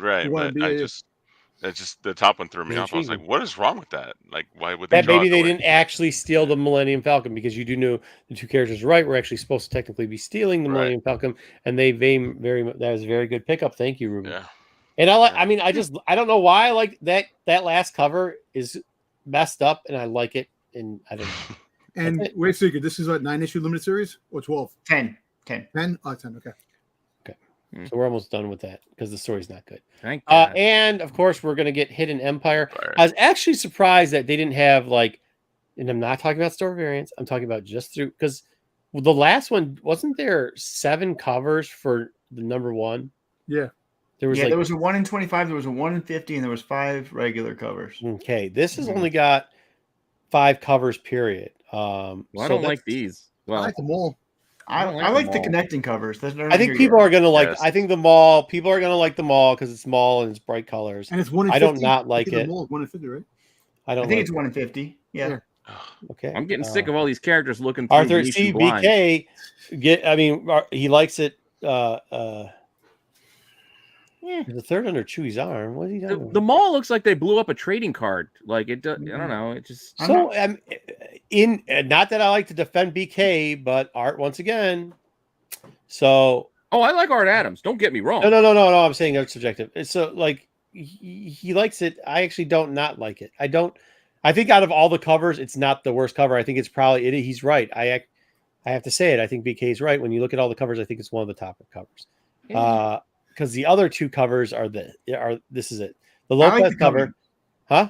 I like the Cummings. Do you? I like the connecting all 5 together. Yeah, that's red. I think. Well, yeah. I mean, that's gonna. But it's the same. It's a rehash of last connecting covers. Sure. It's not as good as the Razas.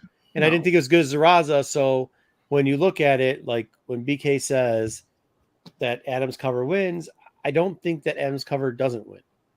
You know what sucks? Looking at the Ren cover, I'm kind of pissed off at the con. You know, they had $7 a pop. They were there, and they have autographs. They had all the Knights of Ren autographed by the guys who played the Knights of Ren in the movies, autographed, limited to 50 or 100 pieces each. And they had all 6 Knights of Ren. The guys who lasted 3 seconds in a movie, and everybody was like, that was the worst fucking thing they could have done with it since Phasma. I'm just saying, but I wish I would have picked them up. They wanted $300. I didn't have the money. I'm like, damn. Dom, thank God you didn't pick that horse shit here's waste the of money problem up. with that. Hey, I could probably try to sell Marco, you don't tell him if he wants it. of names and random signatures and say those are the guys who played the Knights of Ren. You No, go, actually, really? it was Cool. certified. It was certified. Buy what you like. Buy what you like. Certified by the You're people not who trying to make autographed it. money Was on it, Marco. No, I'm trying to save his but money. it's certified by the guy selling it to you. I can give Way seeker. No, there's a difference between buy what you like and buy stuff because you're getting suckered in to verbiage. There's a difference. There's a very big difference. As Pete's saying, we don't know who it could have been. Like the stunt guy. I know you could Google it, look it up. All I'm saying is I could probably fool you with a nice little sales pitch. You could fool with any probably other buy stuff. But like, do you think the Lopez is the best? Okay, go ahead. No, I don't like the Lopez. Wayseeker. I'm just trying to say, like, there's other stuff Dom could have bought for $300. I think that he, in the long run, would be maybe happier than getting swindled with whatever that nonsense was. I mean, yeah, because you can't guarantee that there's only 50 copies that you wouldn't buy for 20. No, it's the pop figures, not the comics. It was the pops. And then they would re-release the pops again with another 50. Yeah, but you're starting to sound like my dad when he's like, "Oh, they had at the flea market. They had a mini helmet signed by like Wayne Corbett, but there's no COA, so I'm not buying it." I'm like, even if it did, Dad, what do you need that for? Oh, Jerome, he's saying the same shit I just said, dude. Yell at him. I mean, what do you need it for? You didn't get it signed. Like, who cares? I want to attack BK. Hey, you're turning them. They're coming after you now. No, because I can find deals for everybody. People want me to find deals for them. So BK is trying to be nice. That's after I got Jedi two of his wants from that show series so far. Don't let it go. Don't let it go. Goddamn, Jerome. I did for sure, Jerome. Jerome's killing me. Hey, BK, you better come with something funny because Jerome has got you dead to rights right now. He is killing the chat. Wayseeker. Is that everybody knows? Go back. Wayseeker was a special guest. Giveaway results for MCM, the Mail Call Madness, on this channel. Go back and watch that in the replay. Yeah, on Friday. Yeah. Wayne Corbett is the truth. Okay, we got to move on, guys. We're gonna get lost. In the chat. Hey, I'm waiting on you. What are you waiting on me for? You had your thing up. I thought we were gonna do the thing that he wants to talk about the debate because I said that Sansa. Oh, the thing I wanted to talk about. Yeah, Pete wanted to bring up something, so we'll bring that up, and then we'll show. Hey, people keep buying this book this week all of a sudden, so I'm like, well, let's take a look. So I'm going to ask a question. I'm not coming in with a predetermined decision. I'm asking a question. Hello. Which do you think is the first appearance of Santa Starros? We're going to start with 4. There she is. Yes, she's wearing a mask. Yes, they don't say her name. Mm-hmm. We've got 1 panel, 2 panel, 3 panel, 4 panel, 5 panel, 6 panel, 7 panel. Like a whole little scene. This is a few pages of this book. Mm-hmm. Is Santa Starros. Mm-hmm. She's not called Santa Starros. She's not called anything yet at this point. And yes, she's wearing a mask. And before you tell me, well, she's wearing a mask, it doesn't count. When the hell did we first see Boba Fett's face? Mm-hmm. But you still consider his first appearance when he's wearing a mask. Mm-hmm. Meanwhile, people listing and selling issue 6 as her first full. This is all you get inside. 1 Hulk 180 splash page. So, I ask you then, what is actually Hulk 180 for reference was the 3/4 page, and this is a. All right, so yeah, it's a full page, and it actually has 2 panels. And a naming. which is same, but go ahead. And she says her name is Santa Solo because that was her name at the time. This is the first appearance. Yep. Why? Because a cameo is not about the amount of time that somebody shows up. Because a cameo can also be a test for the character, or a cameo can be non-named, non-specific, just a run-through, right? Like not story advancing. That's what happened in the first book. But now this is time out. But this is comics. This is comics, and to be honest with you, I think people didn't have 6, so they went to 4. I mean, it's that's it's one half. I mean, who cares? No, I thought 4 was the book forever. No. 6 was the book. This felt more to me like Kanan 1 to Kanan 6 because they're on the cover. So let's all start saying Kanan 6 is the first. No. That's different because they identify the rebels. We already know the rebels as a character. Listen, we could get this is too long of a discussion for this. I think you thought it was going to be short, but it's not. The rebels were already established characters, right? Throughout media, they were already not just well-known, popular, already established characters with names already introduced to us in multiple different platforms. We've seen them before, including in Legos, including some Lego book thing and everything else. We already knew that already. This is not the same case. But you're guessing what my question is, but that's not what my question is. No, I was just explaining. No, you mentioned the Kanans. So yeah. It kind of leads to that in the same way. Which book would you rather have? 4. I don't care. Knowing all that you know, regardless of what nomenclature you use, whether it be cameo, first appearance, neither. Which would you rather have if you were collecting personally? And you can only decide for one. Who's like, well, I want the first appearance of the character. I don't know. No, I wouldn't. But you can only pick one. No. Do you want the first time they're actually in a book? On multiple panels across multiple pages. Which talks all the time. 4. It talks all the time. We just don't know her name yet, which I'm sure we've had plenty. I can't think of any off the top of my head. There's plenty of other characters where that has occurred. No. But we don't want those. And this isn't even a cover issue. Hold on. This is not even a cover question. Whoa, we don't get covered. What? I'm out. Chat, you better stop. Chat's wrong here. Chat is wrong here. Chat's wrong here. It was long time identified as the first appearance before 4 was. Let me clarify, chat. StarWars.com is an article on who is Santa Starros up for years. And StarWars.com in that article says, and I think the article's wrong, but that article says the first appearance is 6. So that's the hard part is, how do you argue with StarWars.com? And I think StarWars.com is wrong. Here's a two-part thing, because it doesn't matter what they say, because people let the market decide what everybody's about to say in a minute. But here's the thing. In literature, throughout the history of literature, StarWars.com is right, and I explain to you why. You won't take this because fucking people live in their fucking basement and get on the interwebs, and some guy told them that 6 is why and this is whatever. But the truth is, 6 had been identified. That is actually a cameo. It is. And I'm the guy who argues that 180 is a first appearance. 180 is a first appearance. 181 is the more popular book. Okay. Kanan 1 is the first appearance. It is. That is when you're taking, if in any common ass sense world, that's where it is.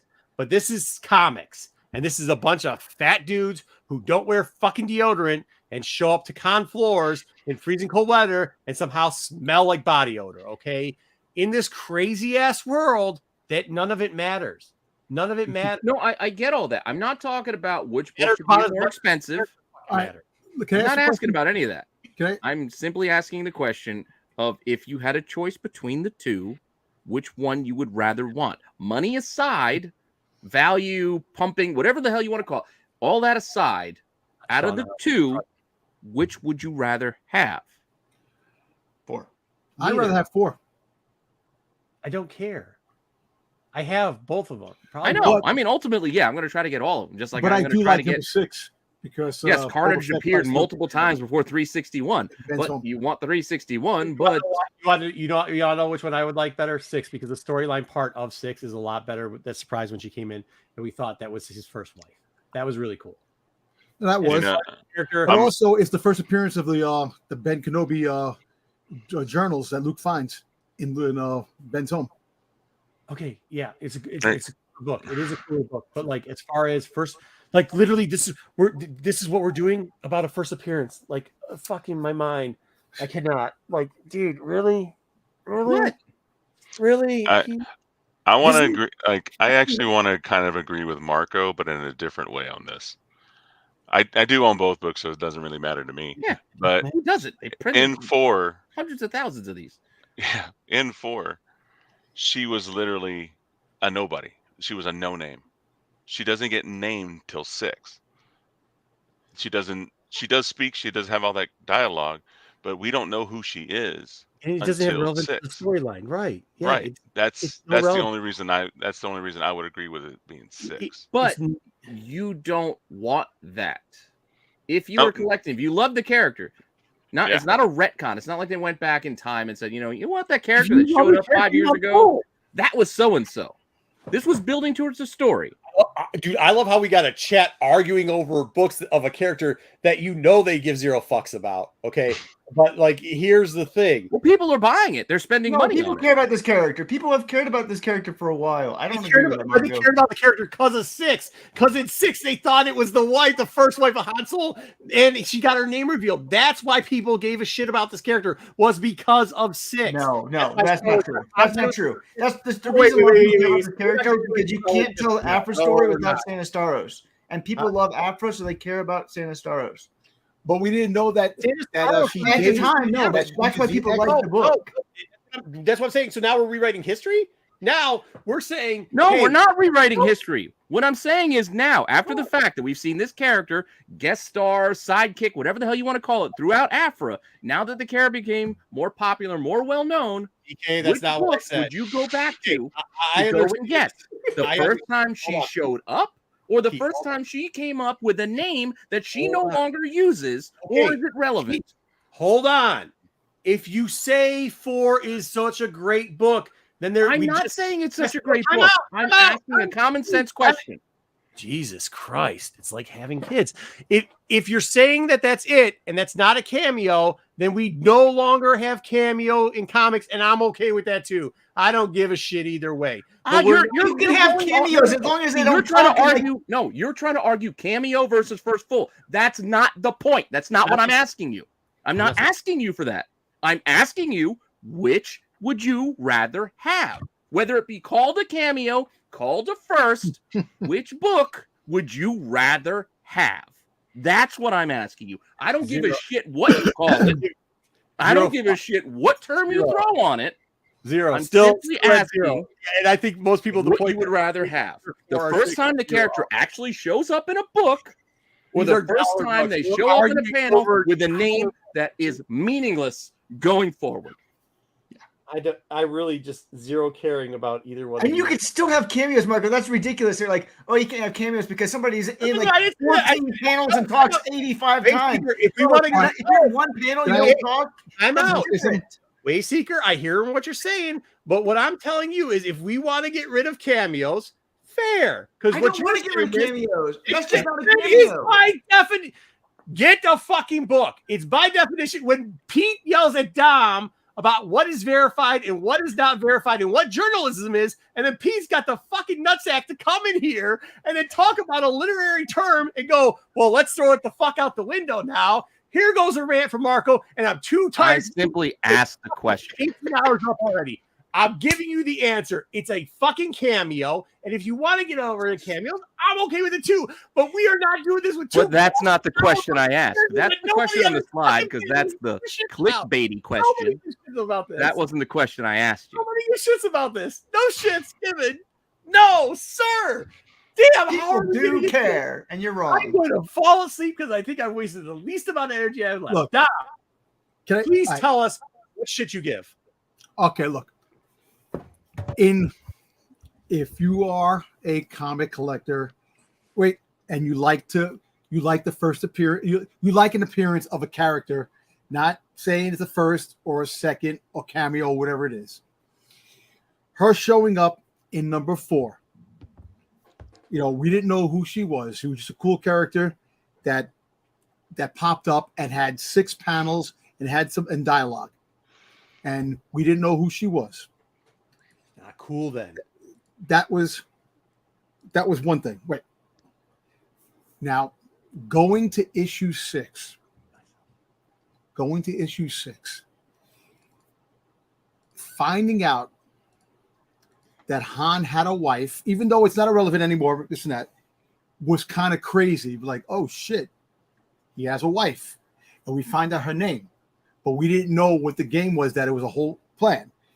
But in reality, when it comes to comic books and the way the comic market speaks and the way things are, yes, 4 is considered an appearance, but the main appearance is issue 6 because her name was mentioned.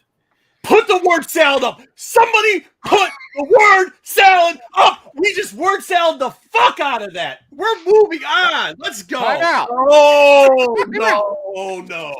My point being, before you got all riled up by what Dom said, what I was going to say is, regardless of what Dom said, he definitely eased the tension of the argument to the point where we could just stop and move on.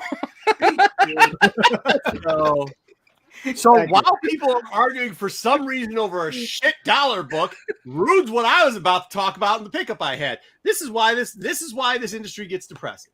Well, you know what? I got to tell you one thing. When her series comes out, maybe we'll get a chance to see the whole con play why she married Han Solo when it comes out. No. Marco's just bitter because Ireland is writing a comic book story, and he doesn't matter who it's about. That's all it is. Sam Stars is a cool character. I'm looking forward to it. You're just bitter because of Ireland. That's not why. Why I'm in is because you guys just literally took a dollar book and probably something somebody said on Whatnot, which is the god awful, like just horse shit there is, and saying cameos. These people have no explanation. No clue. I wish I could talk about it, but we're waiting to that stuff till Wednesday of just the dumb shit we had to do with those fucking clowns too this last weekend. All right. I don't know what you're talking about. Like you're pointing to other things. Buy a book. I said, yes, everybody's excited. And to bring it down, Pete gives me 2 nickel, nobody gives a shit books to talk about to rile me up before. But people are buying the books. You keep saying that, but people are spending money on those books. And how many variant covers? How many variant covers are there? Who cares? Who cares part you can say. My point is people are spending their money on these books. You know how many printings there are of 4? The printings, yeah. There were more printings. There's 6 printings. No, there's not. Right? Yeah, I think there's 3 printings. I think there's 2 printings. No, there's 6 printings. There might be 6, dude. I have all the printings. There's a 100. There's a 1 in 100, but there's not 6 printings for 4. There's yellow, red, green. There's a green. There's a blue. There's not a blue. Purple. What's green? Is green 5th? Isn't it purple? No, there's purple not would be 4. Anyways, who cares? Yeah, it doesn't matter. But there's not that many printings. That's not the point. That's not why I put it out there. What I put it out there for is because people are buying both books, and I was curious of which one you would prefer out of the 2. Shit all the time. People bought a lot of Beanie Babies, bro. I mean, people like the character. People like Aphra. If you like Aphra, you like. There's no reason you can't like True. That's not true. Aphra. You can't say because you like Aphra. I like Aphra. People can like both. It's okay. They have this love connection off and on. So if you like Aphra, you might like. How do you feel about the character? I didn't give 2 shits about her. And Reuben, there's only a second print. So no, you can't say that, Wayseeker. People don't. Like I like Aphra, but this character's not one I'm looking for. There's only 2 printings of 4. I was right. Yeah, you all were wrong. It only stopped at 2. Issue 3 went to 4. 6 has 3 printings. 2 had 4. Okay. 2 had 4. 3 had 4. Wait, yeah. 3 had 4. What did 2 have? 2 had. One had like 2 had 6. 2 had 6 printings, and 1 did go. No. Stop. For real. What? Can we move on from these dumbass books? I'm just telling you the numbers. Show your book, Marco. You just want to get to your. 1 had 7. I don't think we're going to show it anymore. We're changing. Come on, go. We got to show your book. Out. Come on. You. This is how you led into that. This is how we led into it by pissing you off. By the way, I just want to tell the chat. This is because I've been there so much. You can blame this mess Wayseeker and Pete because they took over, and this is the way. Took over. I wasn't even gonna fucking be here for most of this show. I didn't even know that until I read the stuff 30 minutes before the show. I was like, oh shit, Pete wasn't even gonna show up. Good thing he did because we probably might not have a show. So I was at the con, and I saw a book, and I looked at it and I said, wow, that's a book you don't see every day. And then everybody said, are you buying anything? And I went around and got my regular stuff. You know what I mean? But I wasn't really buying stuff.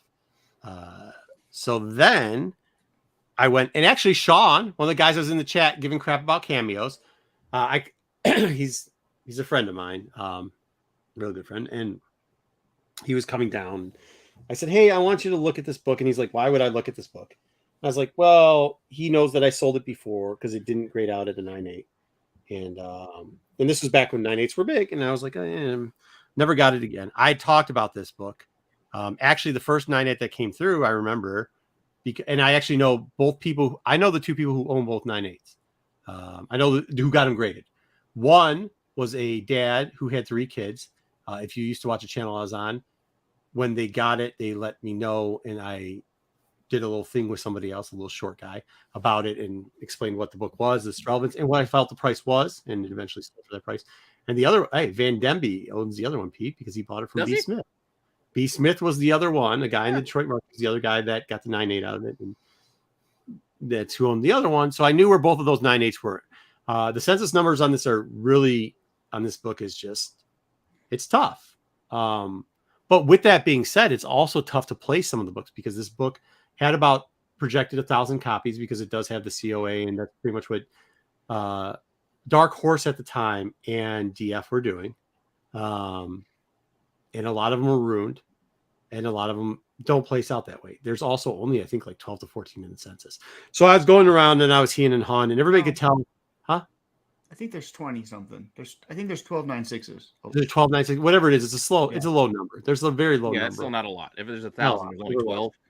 At this stage, this many years later. Yeah. Especially when stuff was going hot, you would have had a lot more of them in there. So the book was really good. And I really do have to shout out the vendor. The vendor is a friend of mine. His name's Bill. From Bill's Comics and Books in Canton, Ohio. If you ever have a shot, there's a decent amount of honest people in this industry. And I'm not doing the rants, or I'm not doing anything right now.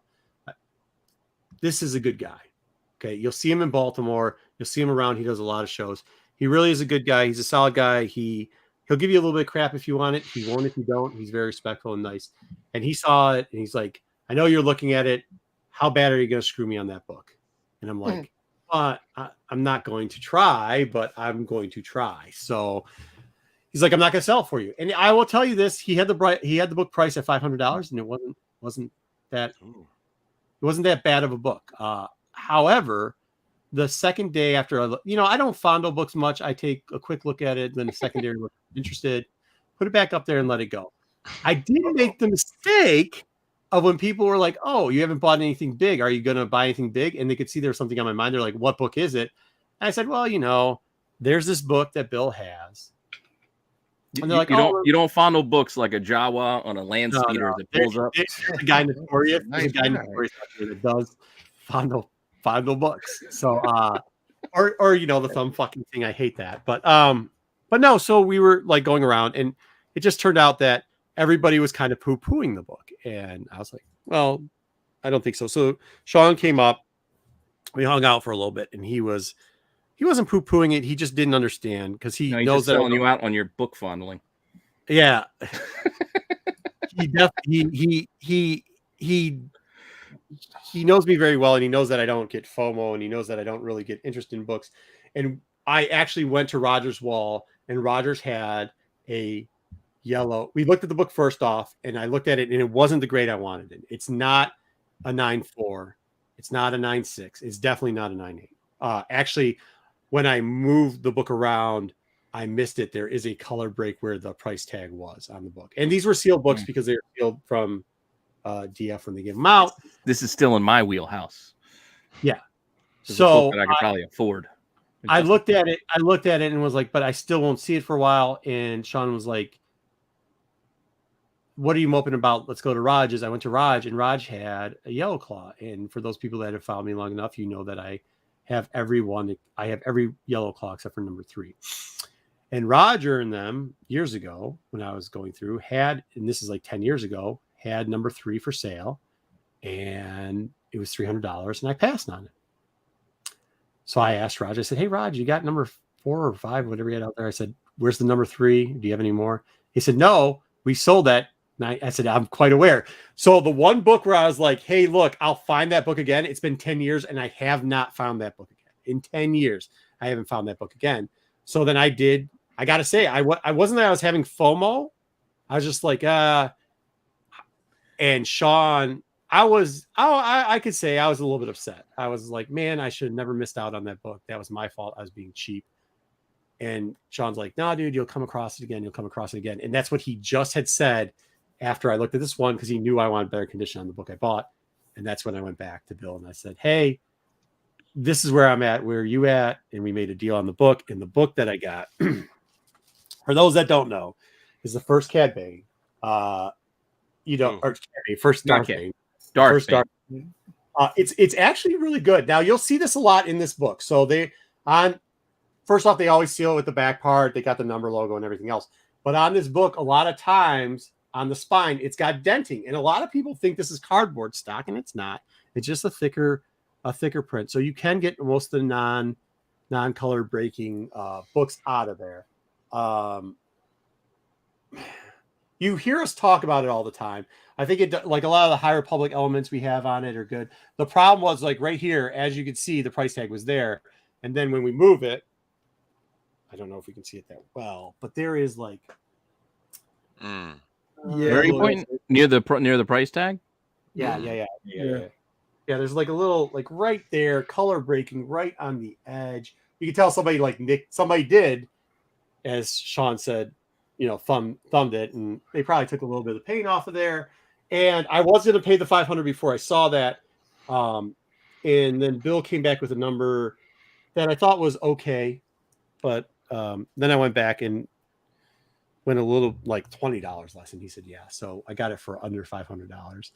But I still think a great deal. And then, of course, everybody then said like, oh, that's such a great buy. Great book. Oh, man, good thing you got it. And I'm like, wait a minute. And Bill goes, yeah, I had, after you came up and you were talking about it, I had about 6 or 7 guys come and look at that book. And I'm like, okay, so all these guys who say they're my friends, and we're going like, oh, well, that's not that great of a book. Oh, yeah, sure, it's not 9.8. You'll find another one. Then all of a sudden, went up there to go look at it, and we're thinking about buying it too. And then when I bought it, they're like, "Oh yeah, they wouldn't do that. They'd have a proxy go and buy it for them."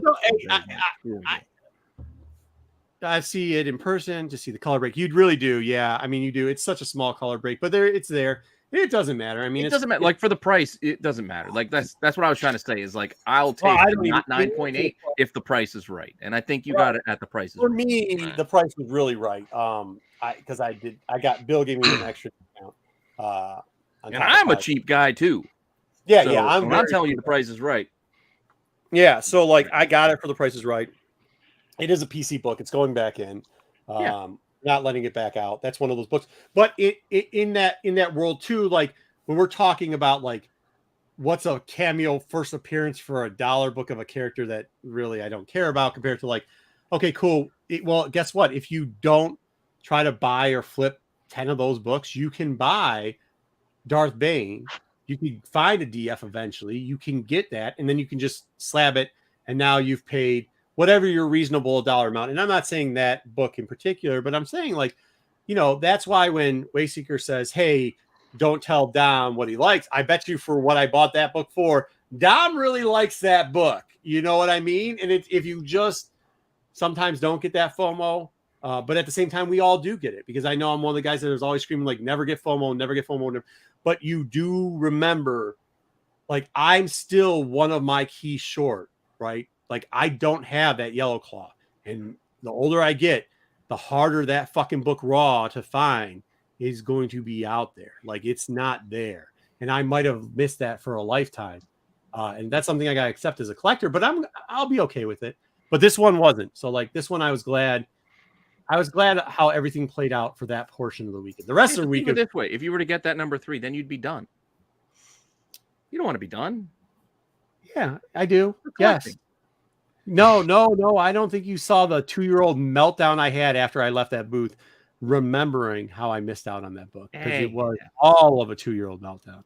And Sean will attest to that too. Like I acted like an asshole when that happened. But so I got that book. I got a great deal. By the way, make sure you're checking out Bill's Comics and More, Comics and Books out of Canton, Ohio. He does a lot of it. He does Nickel City. He will be in Baltimore. He is one of the guys when I'm on the road. I like to sit down and have a meal with. He's also like the Marco persona is kind of built around being around Bill.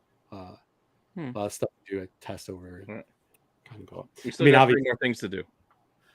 Okay, so we spent 45 minutes on Santa, and no, we did not. All right, let's go. Move it along. It's 40 minutes. It was 40 minutes on Santa. Dom, you're up. All right, toys. So we finally got Crosshairs, Hot Toys. It dropped the other day, and it looks pretty damn good. And the unfortunate thing is that I am not buying the Bad Batch Hot Toys. So far, the third one. Like a $1,500 investment, right? Well, yes, this is the third one. They got the other ones have to come out yet, but well, Wrecker will probably cost more because it'll be more plastic. Yeah, Wrecker will be about maybe 300 deluxe. Yeah, but it does look badass, man. I can tell you that. I like how they put Tamora Morrison's face kind of in there, but he still kind of looks like the cartoon different. version. Exactly. I like it. It's an interesting meld that they did there. Yeah, pretty cool. They got the toothpick too. I like that. Like he's built like the cartoon where they're leaner, But yeah, yes. I don't know. I also am not paying that kind of price for this. I know. Hot Toys are too expensive. Hot Toys, they actually raised their prices. So the pieces that are usually like $250 or $275, they're like $300 now. They're raising prices because of plastic. We all know what's going on. So anyway, that's pretty cool. Go next slide. Now that they're taking all the Dom, you were right. You were early to it about the all I've heard out of toy people for the last 2 weeks now is this front plastic thing they're saving for a lot of the toys. Is this going to lower the price of these other toys or no? No, what's going to happen is that what happened? Okay, this is the problem that's happening now. Most of the people who are in box collectors, because of the plastic, because when you put something up and it has the plastic window, you can see what it looks like. Sure. The cardboard, you can't see what the thing looks like, and the collectors are either quitting or they're not going to be anymore. Does that mean we've got a larger volume of plastic for toys, or no? Well, yeah. Well, anything that's bigger that uses a lot more plastic, like the vintage line, continues with the plastic. You're going to have the plastic bubble, but the Black Series, anything Hot Toy, I don't know. It's just I understand. I'm more about the environment. I understand what's going on. There's a lot of things, but at the same time, there's got to be some kind of a deal. If they do something like that, give us something else. See, what you just said, that's a ridiculous thing because the vintage line uses a lot more plastic besides the fact that the entire figure is covered and coated in plastic. That plastic is thicker than a little shield window that's on a Black Series box. So that is not an excuse. I know. I think it's just to save money for the company. Yeah. But like I said, I'm all for the environment too. I understand there's a lot going on. Yeah, no, but that's the bullshit. But response. Also, that's what they're saying. Oh, it's for the environment, but we're going to use a lot more plastic on these ones. The company saves money by doing that. Exactly. So, and I'm not going to buy them, so they're going to lose money by losing my business. Exactly. I'm only going to pick certain figures. I'm not going crazy anymore with the figures. But because you don't know what's in there. That's what I'm trying to say. There's been horror stories. People have been opening stuff up. And things are broken or changed. It have to be horror stories. It's practical terms. You know how many times I've gone through the toy section and seen the goddamn Build-A-Figure piece stolen out of the box? I know. How will you know if you can't see through the plastic? They took a different character and put it back in there. They put a different character. Like, wait a second. I need the same character. So that's not stopping. Like that's all. You open up a Boba Fett figure. It turns out to be LeBron James. You won't know what's inside your box. Somebody can still do that to you. You won't know because you'll never open the goddamn thing. So anyway, Hot Toys is dropping the droids. The droids that were in the Book of Boba Fett, the pit droid, the little fallen order droid, the B2 unit, the and R5, which is actually pretty cool, you know. And it's going to go good with the I guess the ship, the N1 when it comes out. They're going to build a $3,000 Jawa sandcrawler that you're going to put the N1 Starfire. The N1 Starfire is going to be coming out. Right. Mando's new ship. Hey Ben. So Gentle Giant is actually dropping another jumbo figure. You stretch this picture out. This has to be stretched. Yeah, it is stretched out a little bit. It's not Chubby Luke. No, it's not Chubby Luke. It's not short and stubby. I kind of would buy Chubby Luke. He looks like a bootleg. This is if Philip Seymour Hoffman played Luke Skywalker. So Gentle Giant comes out with the jumbo size Star Wars figures. Luke. That's part of your Luke, yeah. So that's coming out pretty soon. Don't know when, but that's all right. I'm not buying that. No, not getting that one. No, I'm not getting that either.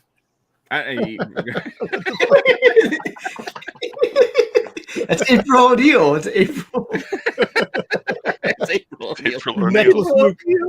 Dude, he's wearing yellow. See? Yeah. So the one vintage figure that came out was a surprise. Arc Trooper Commander Havoc came out. Look at all that extra plastic they're wasting, even on the case that's holding the figure forward. Look at that, all around there, exactly. But I do like the little thing in the corner, the Clone Wars 20th anniversary. Vintage line? What, vintage line, yeah. Vintage. You know what I got to say about vintage line? Yeah. Fuck vintage line and fuck vintage line collectors. That's why we can't have nice things. That's why we can't have nice things. No. You collect everything. You're different. You collect everything. No. Well, it's all right there. Now, actually, pretty cool. I like the little Clone Wars 20th anniversary in the corner. People know who I'm talking to. They know who I'm talking to. All right. Okay. You can go to the next one. All right. So if anybody remember, they just started coming out with the new Micro Series line, Galaxy Micro Galaxy line. It was like the micro figures that used to come out a long time ago. They already came out with the Boba Fett with Fennec Shan. Now they have the Django version of Slave One with Django and little Boba. I'll tell you, the same ship repainted. Yeah, but but this was the color of Django's ship before Boba Fett repainted it before. So you got to get this down. This one's got. Yeah, it's from Series 2. I got to find it. It's some people have been finding it. I looked for it when I was in South Carolina. I couldn't find it. That's cool. I like that. You know, I want to say I ran into it and I was like, I should buy this, and then I didn't. Oh, so this one's yeah. Yeah, I was like, cool. nah. Yeah. I should buy this, but then I didn't because. Hey, sorry, Dom. wasn't Jango Fett ship more silver? No, it was. If you look at the older models of ships, the Clone Wars vintage line that came out, the ship was that color. Was it? Huh. Yeah. I could have sworn in the movie it was more silver. I like how young Boba Fett looks like he's slouchy. Like in he does, right? But the little figures, they're pretty cool. Yeah. It goes with the size difference of the ship to the person, which is actually pretty cool. Yeah, it's just scale. All right, so here we go.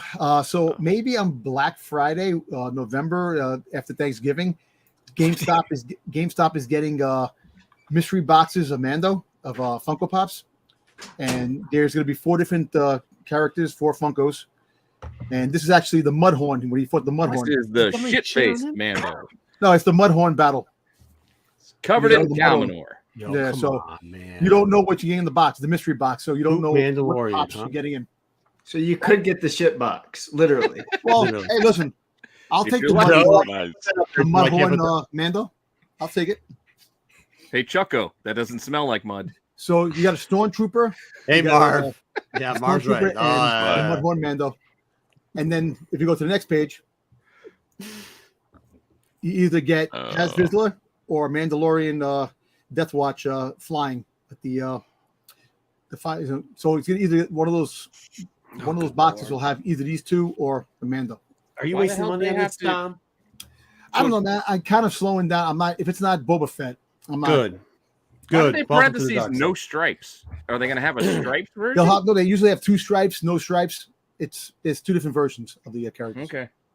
So, see, Wayseeker, he's slowing down. He's been taking the advice. We'll see. He's looking for different. We'll see. So news all of a sudden. You got your influencer chain on. You're trying to get people to buy your book already. There you go. You go to the next page. All right, give me a second. There it is. Right. Now, this is what I'm going to buy. So, Walmart exclusive cover, Boba Fett. Now, let me ask you a question. Please I do. know this is this issue is about the origin of the Mandalorians, but I know it's Boba Fett on the cover. So, but that's who? Wait. You know that's who on the cover? Boba Fett on the What cover. is it? No, that's not. That's not Boba Fett, right? That's not. No.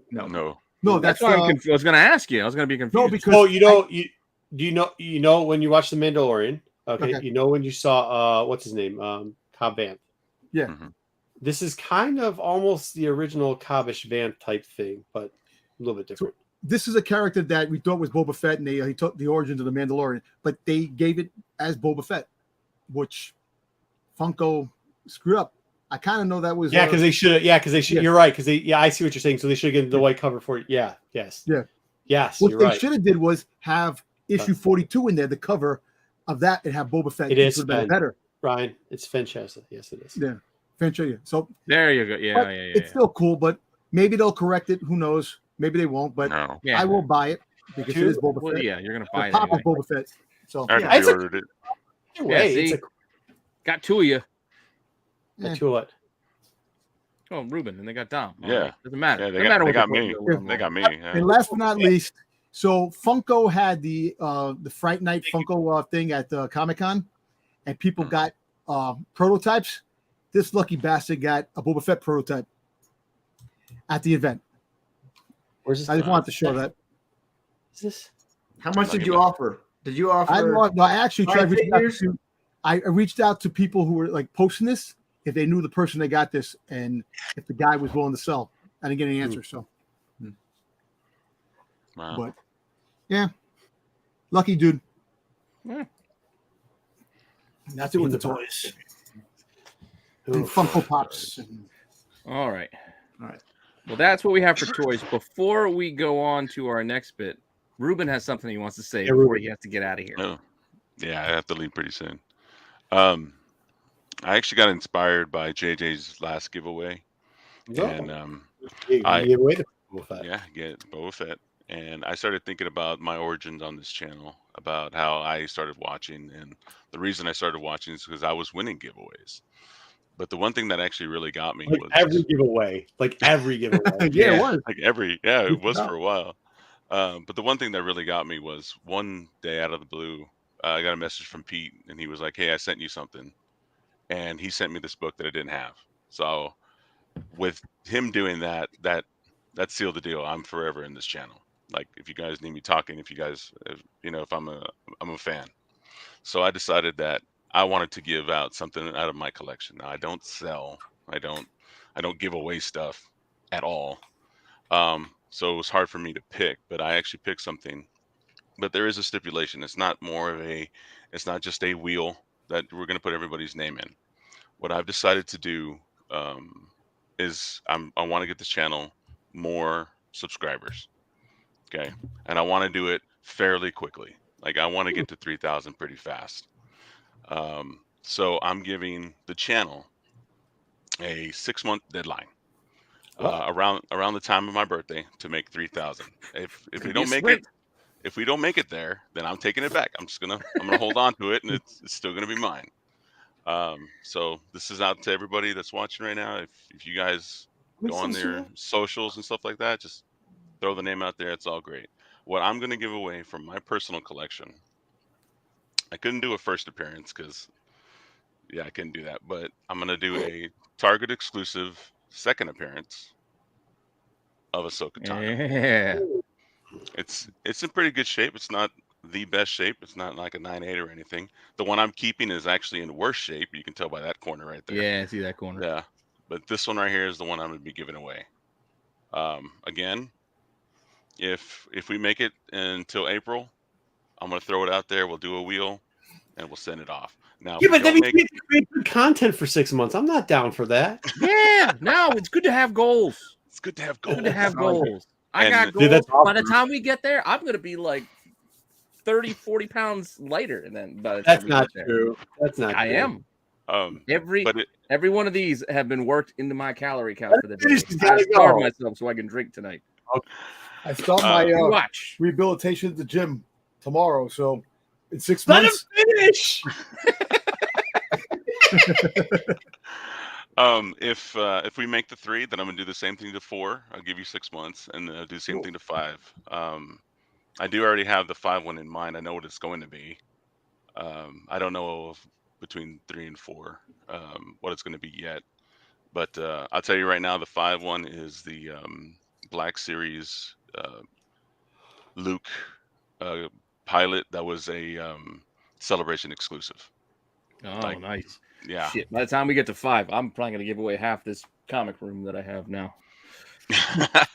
And that's another reason. I mean, I just won that one off of you, and I got those in, and I was just like, you know what, you guys give out a lot, so I'm just trying to do my part. That's all. I'll actually make the other shows the money I give them. I'm going to make them buy books.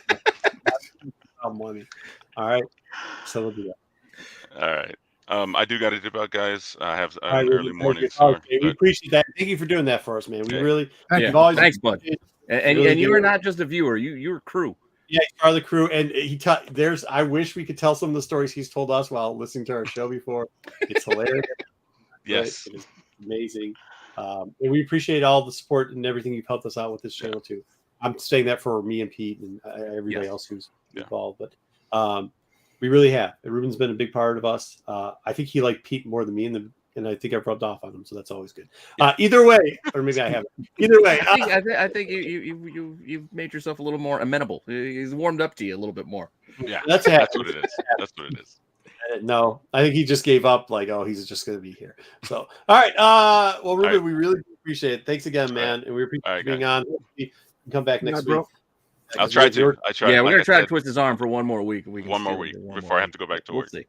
I will say this. I'll see you later. All right, bud. Later. Real quickly, and we're going to talk about more on Wednesday. But since I brought Bill up, we will show a video. Bill got a run of Clone Wars, and it's all at the show. He got it before that.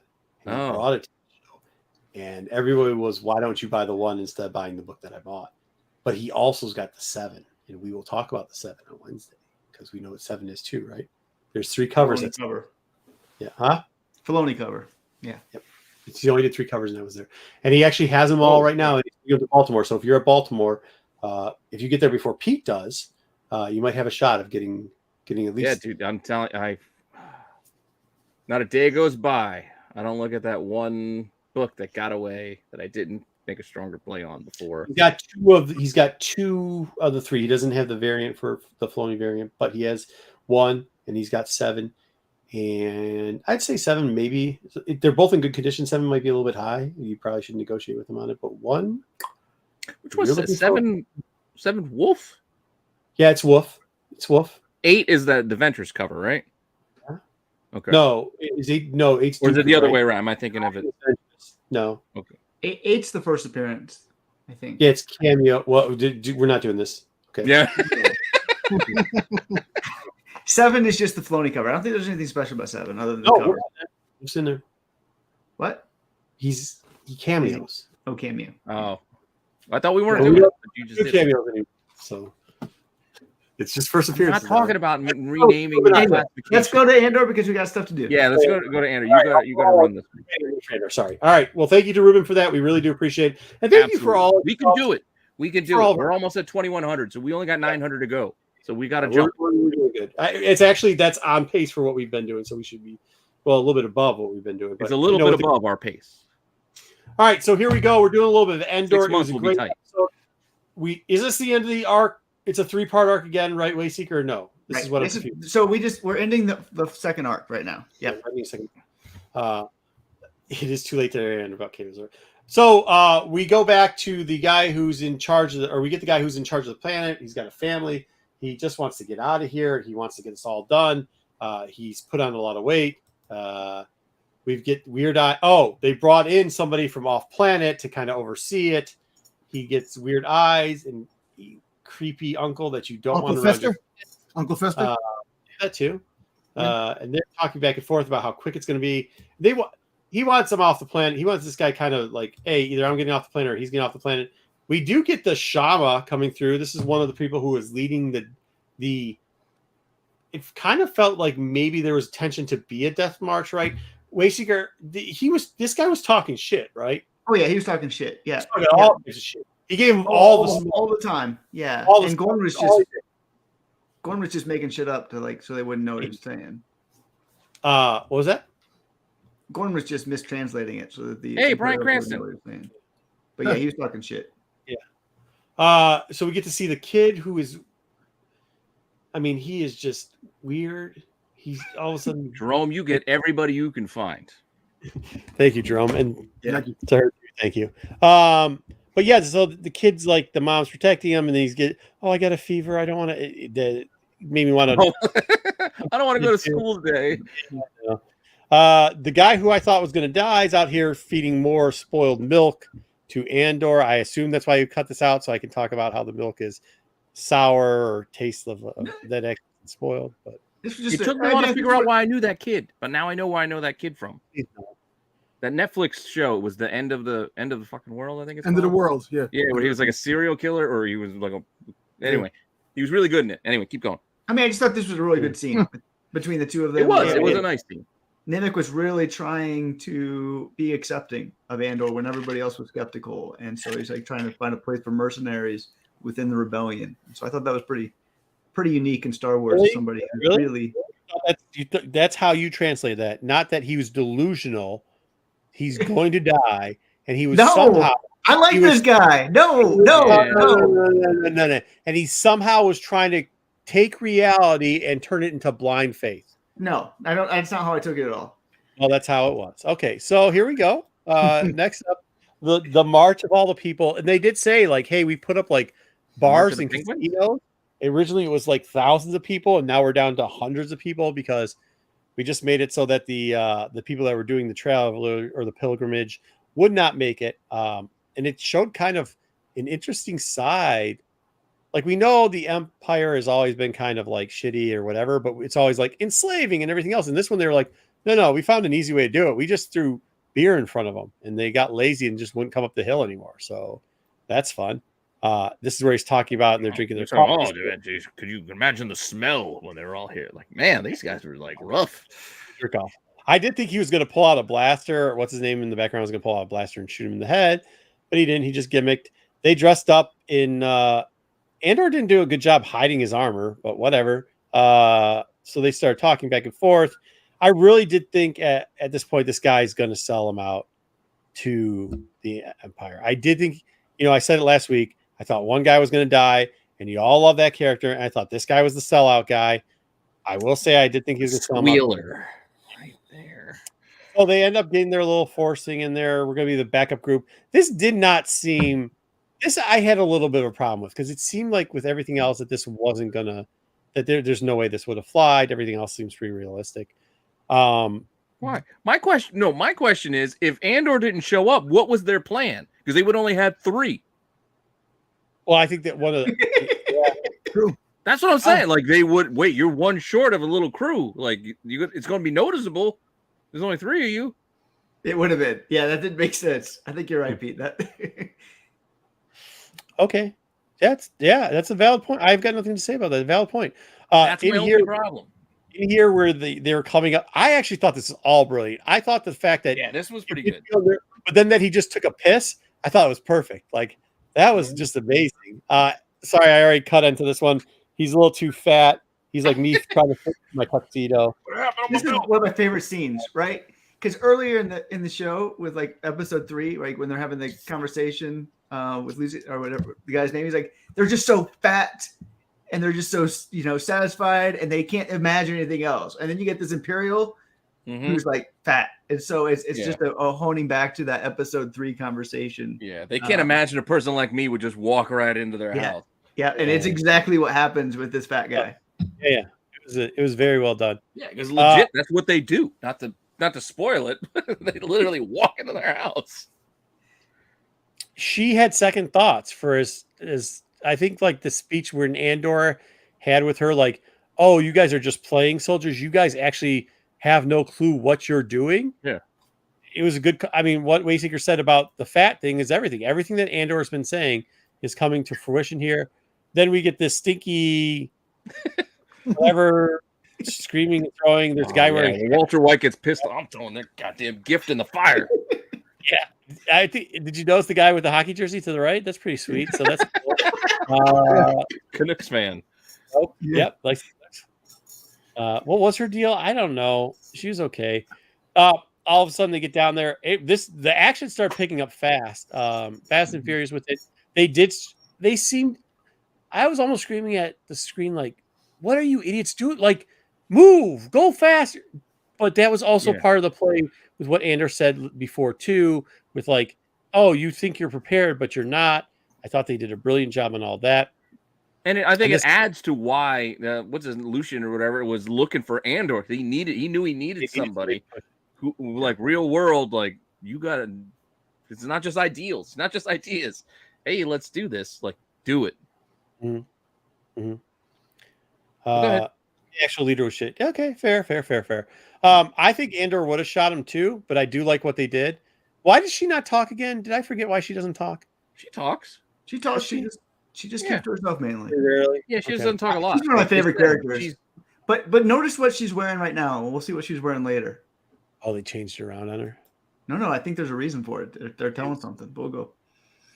What is she wearing? Now I'm gonna flip through all these to see it. Wait, Go on. Oh, well, at the end. All right. So the guys are playing. Now the guys are playing cards or whatever on the inside, or they're playing something on the inside in the money room. They go down to the vault. They keep being told like, "There's no way you're gonna be able to do this. No way you're gonna be able to do this." They get in, and for some reason, credits are now big rolls of.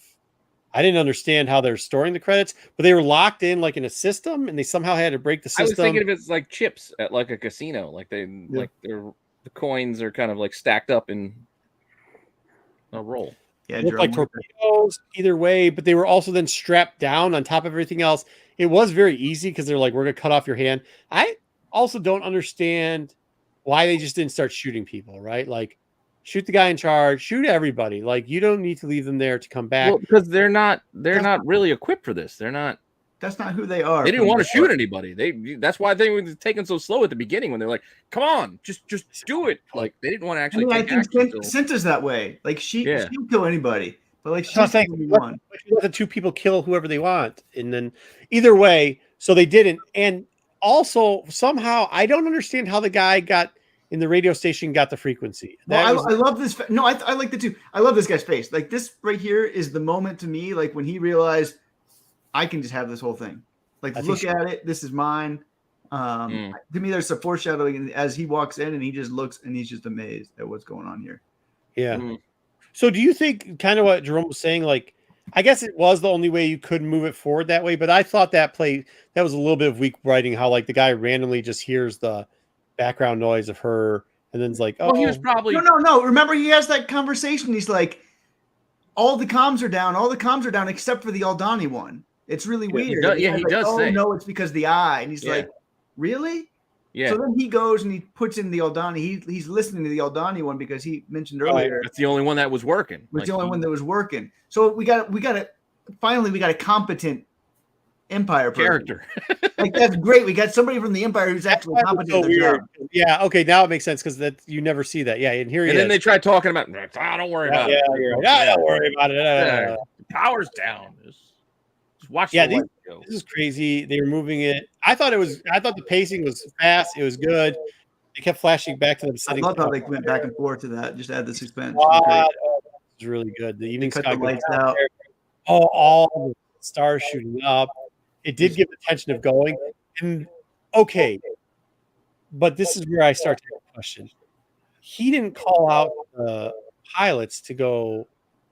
Did I miss it? I never once heard him tell the pilots go get into your X-Wings. I think it was because they remember there was the conversation they had with Cinta. They were like calling them on the comms, and like Cinta didn't answer. Like she's in that main booth, and she just mashes the button like Han Solo does, like because she doesn't know how to respond. Jumping into X-Wings? Oh, whatever. All right. Yeah, because these were loading up from not that station. They were from. Up the he has a heart attack. Now, I didn't see this coming. I thought he was going to get shot, and all of a sudden he has like a heart attack.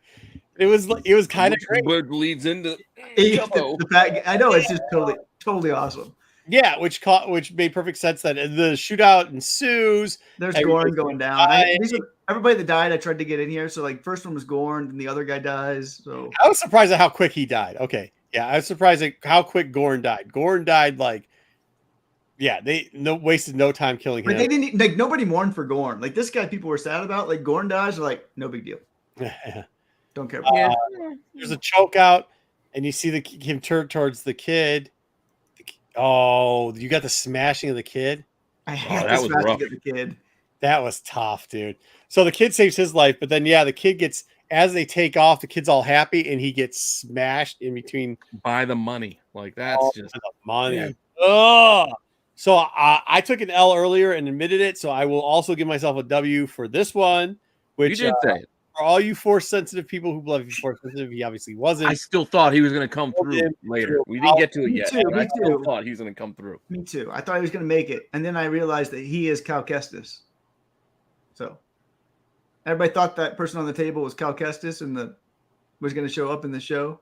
Who? So this kid was Cal Kestis? No, they had that picture of like the person on the table getting operated later. Who was that creature? What was that?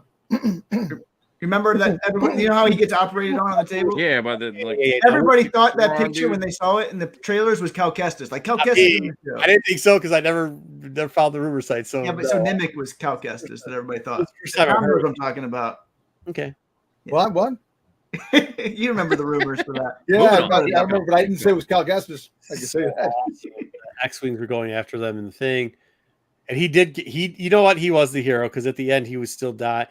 They just like hit him with it. They pulled the Pulp Fiction adrenaline needle thing and just shot him up and then let him go and put it in directions. When they go up, there's some scenes here that I think will reminisce of what happens in the movie in Rogue One, with how they ascend and descent. So there's some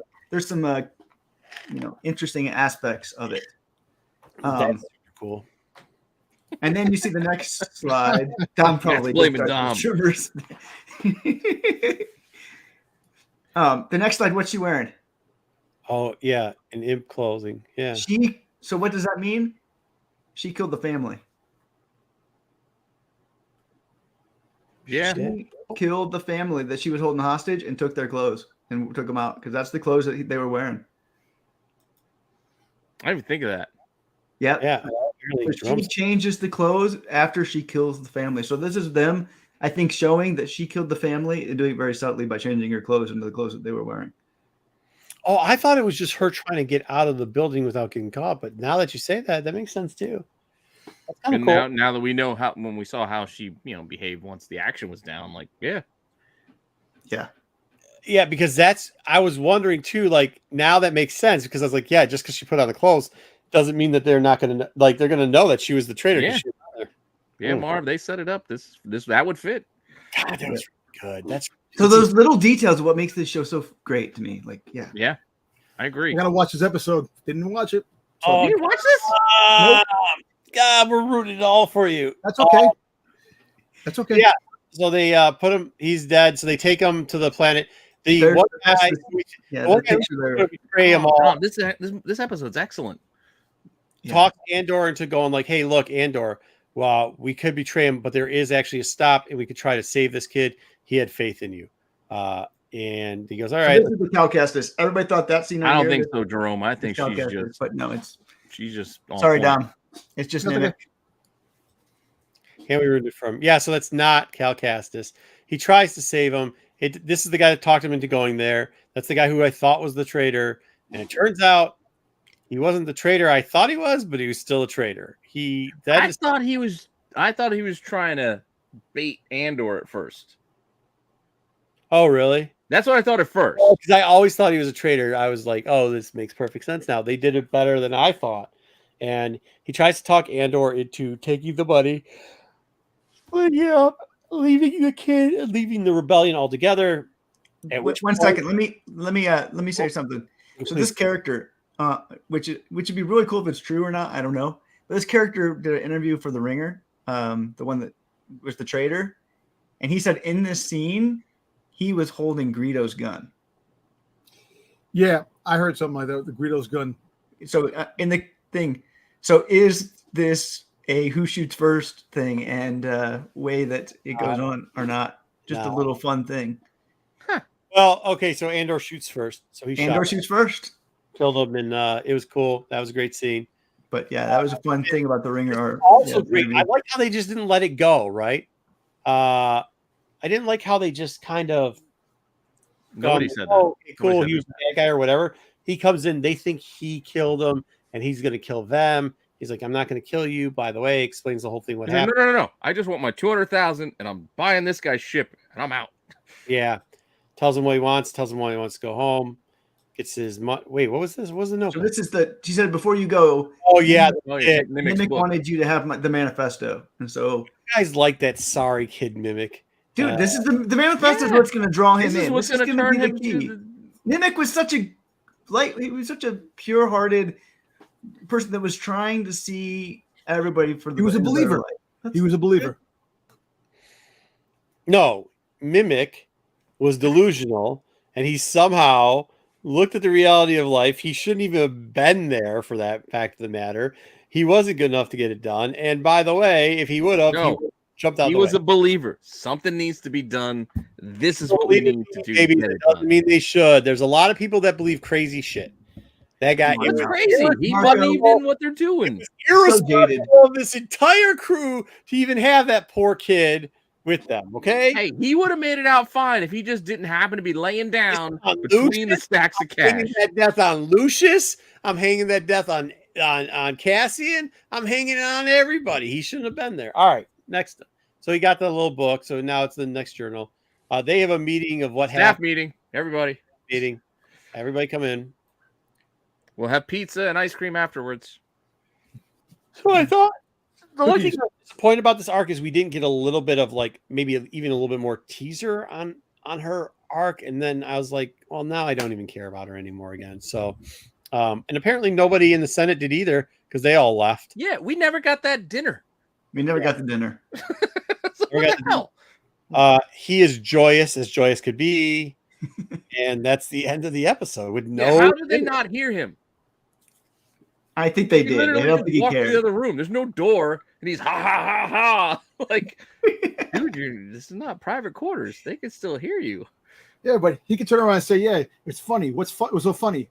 You had to be here to hear it." You just laugh. He was looking for something to sell them. I got some Aldani shit for you right here. What do you want? Ridiculous. All right. Great episode. I loved it. Now, this is what Wayseeker's got something to tell us that I just don't know, and I don't know if it's true, but he's turning into Dom today. So since Dom didn't watch it, Wayseeker has a Dom type thing. So there was an article where Gilroy talked about how episode 7 is not starting a new arc. Episode 8, 9, and 10 is a new arc, and then 11 and 12 is the finale. And so he said episode 7 is very interesting. 2-part finale. So that's how they set it up, right? So the director is the same for 8, 9, and 10. The director is the same for 11 and 12. It's a different director for 7. So I don't know what's happening. I'm not going to speculate, but it is a separate standalone thing, and some people think it might be a big flashback episode. And they said that what I read, they said something about something being very interstellar. How do you read stuff when you haven't even seen the episode before, bro? No, I actually read I read an article too about that. No, but he's asking, why would you read the article if you didn't even watch it yet? Wouldn't you want to watch it before you read the article? I just read things ahead of time, man. I don't have time for this shit anymore. These things just come to me. You just gotta know how to grab it. I don't understand. I know how to grab it. I don't understand it, but I don't have the energy for it. So anyway, kudos to anybody who knows what I was just doing. 7 is its own thing. That much is confirmed by Gilroy. We don't know what it is. People are all speculating about what it is. Maybe some people are saying it's going to be a fully Mon Mothma. Those characters and Andor's might not even be really in it. There's lots of reasons going on there, but we don't know what it is. But 7's its own thing. No, we're getting Cassian. Whoa. Okay, Dom, who's showing up? Tell us. Saw Gerrera?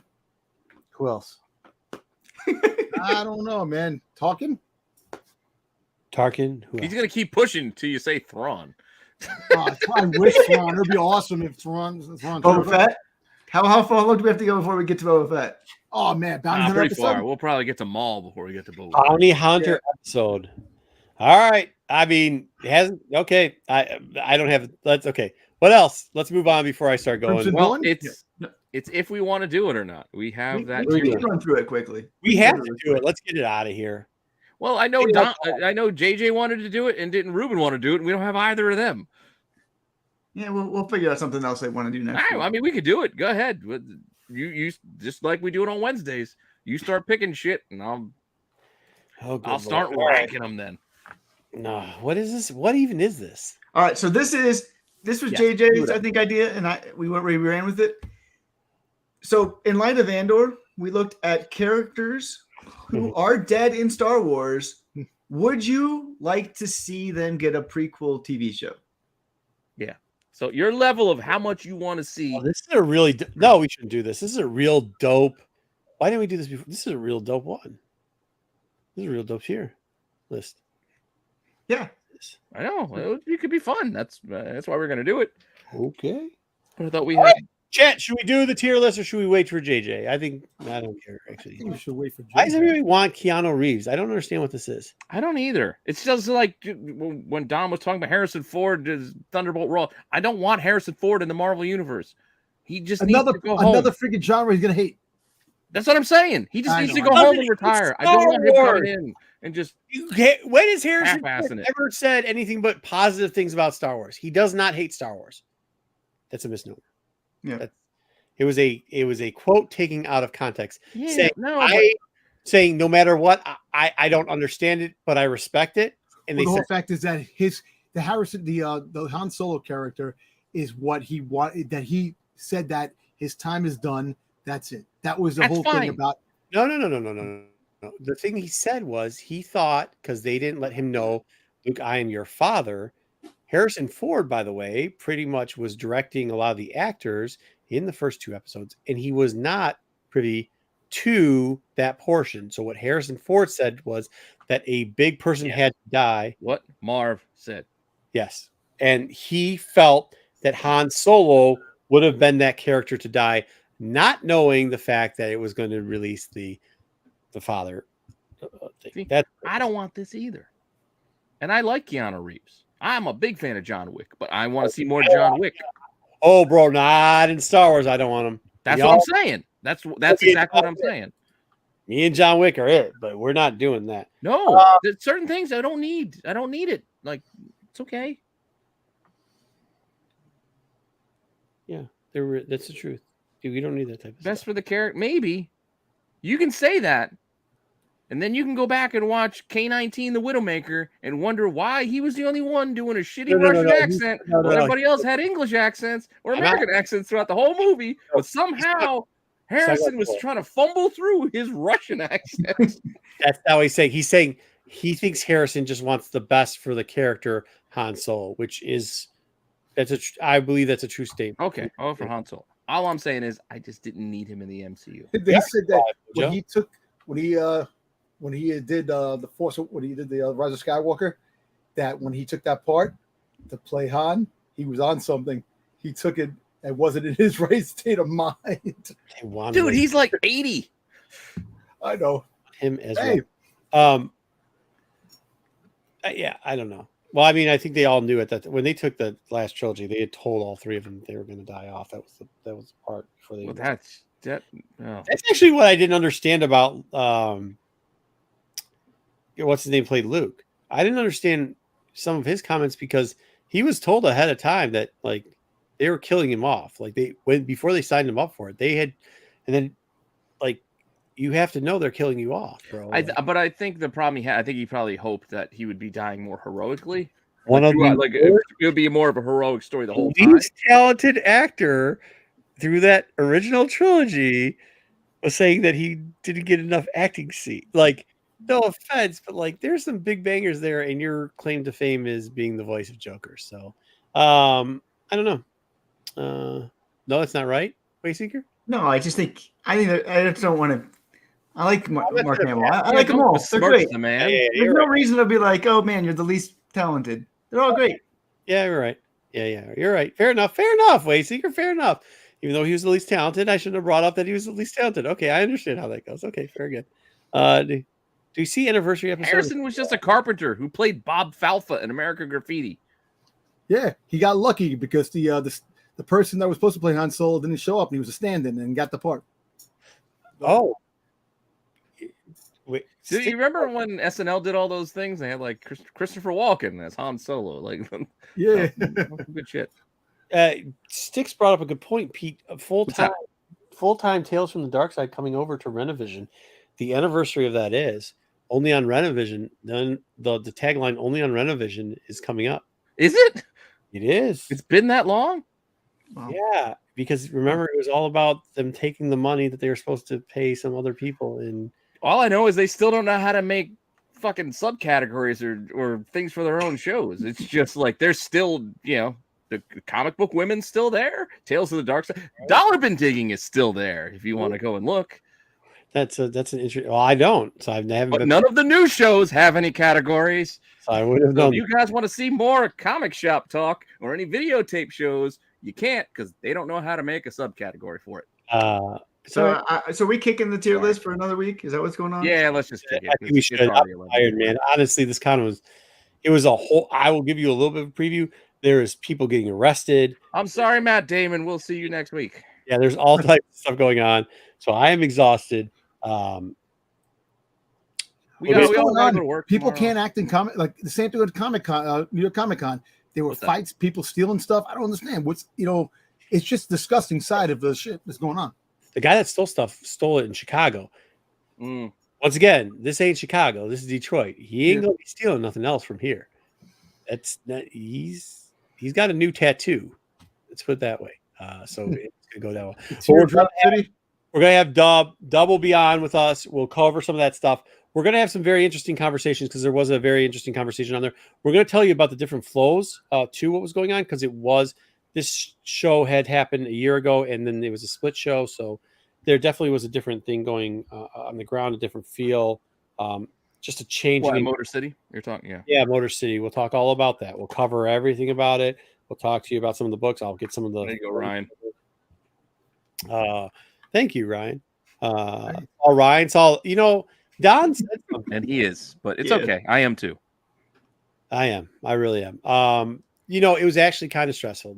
I'll be honest with you. It was kind of stressful because the show didn't start off that good. And then there was a bunch of stuff that happened.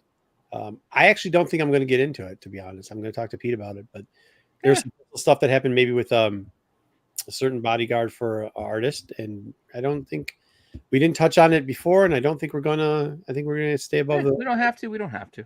But there definitely, then there was thieving that obviously that the theft thing came down. We will talk about that. And it was just, there wasn't a lot of people carrying bags and, that's never a good thing when you're a vendor. So, and a lot of my friends are vendors. A lot of places don't have bags anymore. You know what I mean? There wasn't a lot of sales going on to start it off.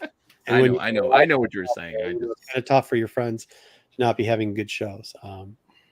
Especially when you got to pay the fee to set up. Right. So ain't free.